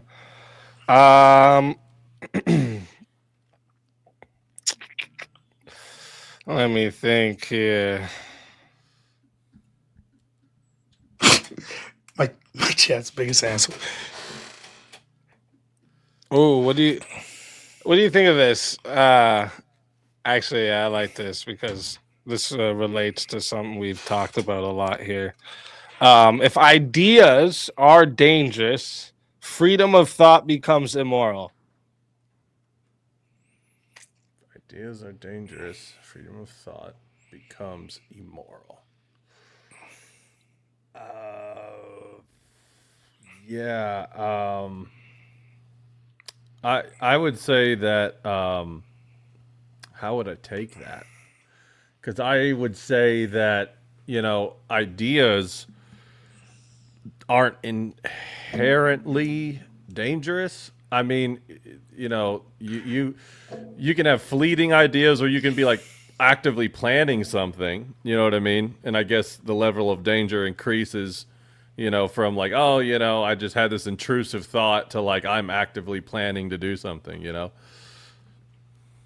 Talking on you. You want to? I could take either side of it. I don't care. If you want to do this one, that's fine. If ideas are dangerous, freedom. Would I be being super picky if I asked to shuffle it one more time? Because I don't usually get revived, so I want to find something. I'm like, fuck yeah, let's go. Do you got something that you wanted? Are you like just? I don't give a fuck. I think you guys are gonna agree on this, actually. Yeah, that's just. You got a topic that you would think? I mean, as long as Speakeasy doesn't matter, I'll debate anything. As long as you're not making me do something. Yeah, as long as we don't go like too far out of philosophy, because. Don't make me argue about maps or some shit, you know. Like No. I mean, I had suggested for one of the NOR preps that I come up and run like Orthodoxy's the one true church, and I'm assuming you're like a Protestant, right? I'm non-denominational. I'll probably eventually be Orthodox. Okay, well that's so. Glory to God. I will say this: given a project that I'm working on, I don't want to talk about that. But it has to do with. Hopefully, we'll be announcing soon. But I'm trying not to ostracize people because I'm working with people that are doing something politically. So I could. Totally I mean, they're not going to give a fuck, I guess. But, imagine people running like ad campaign hit pieces on you with like clips from Verbal Combat, like on daytime television. That'd be wild. I specifically was picked because I'm currently not an Orthodox for that. So, okay. But because it's something they have a bunch of denominations and they want different people from, so there are Orthodox connected. But you know, so. How about I'm just looking at the list of this week and last like previous weeks. What about we didn't do this one yet. I don't know where you guys stand on that. The suffering is necessary for meaning to exist. For meaning.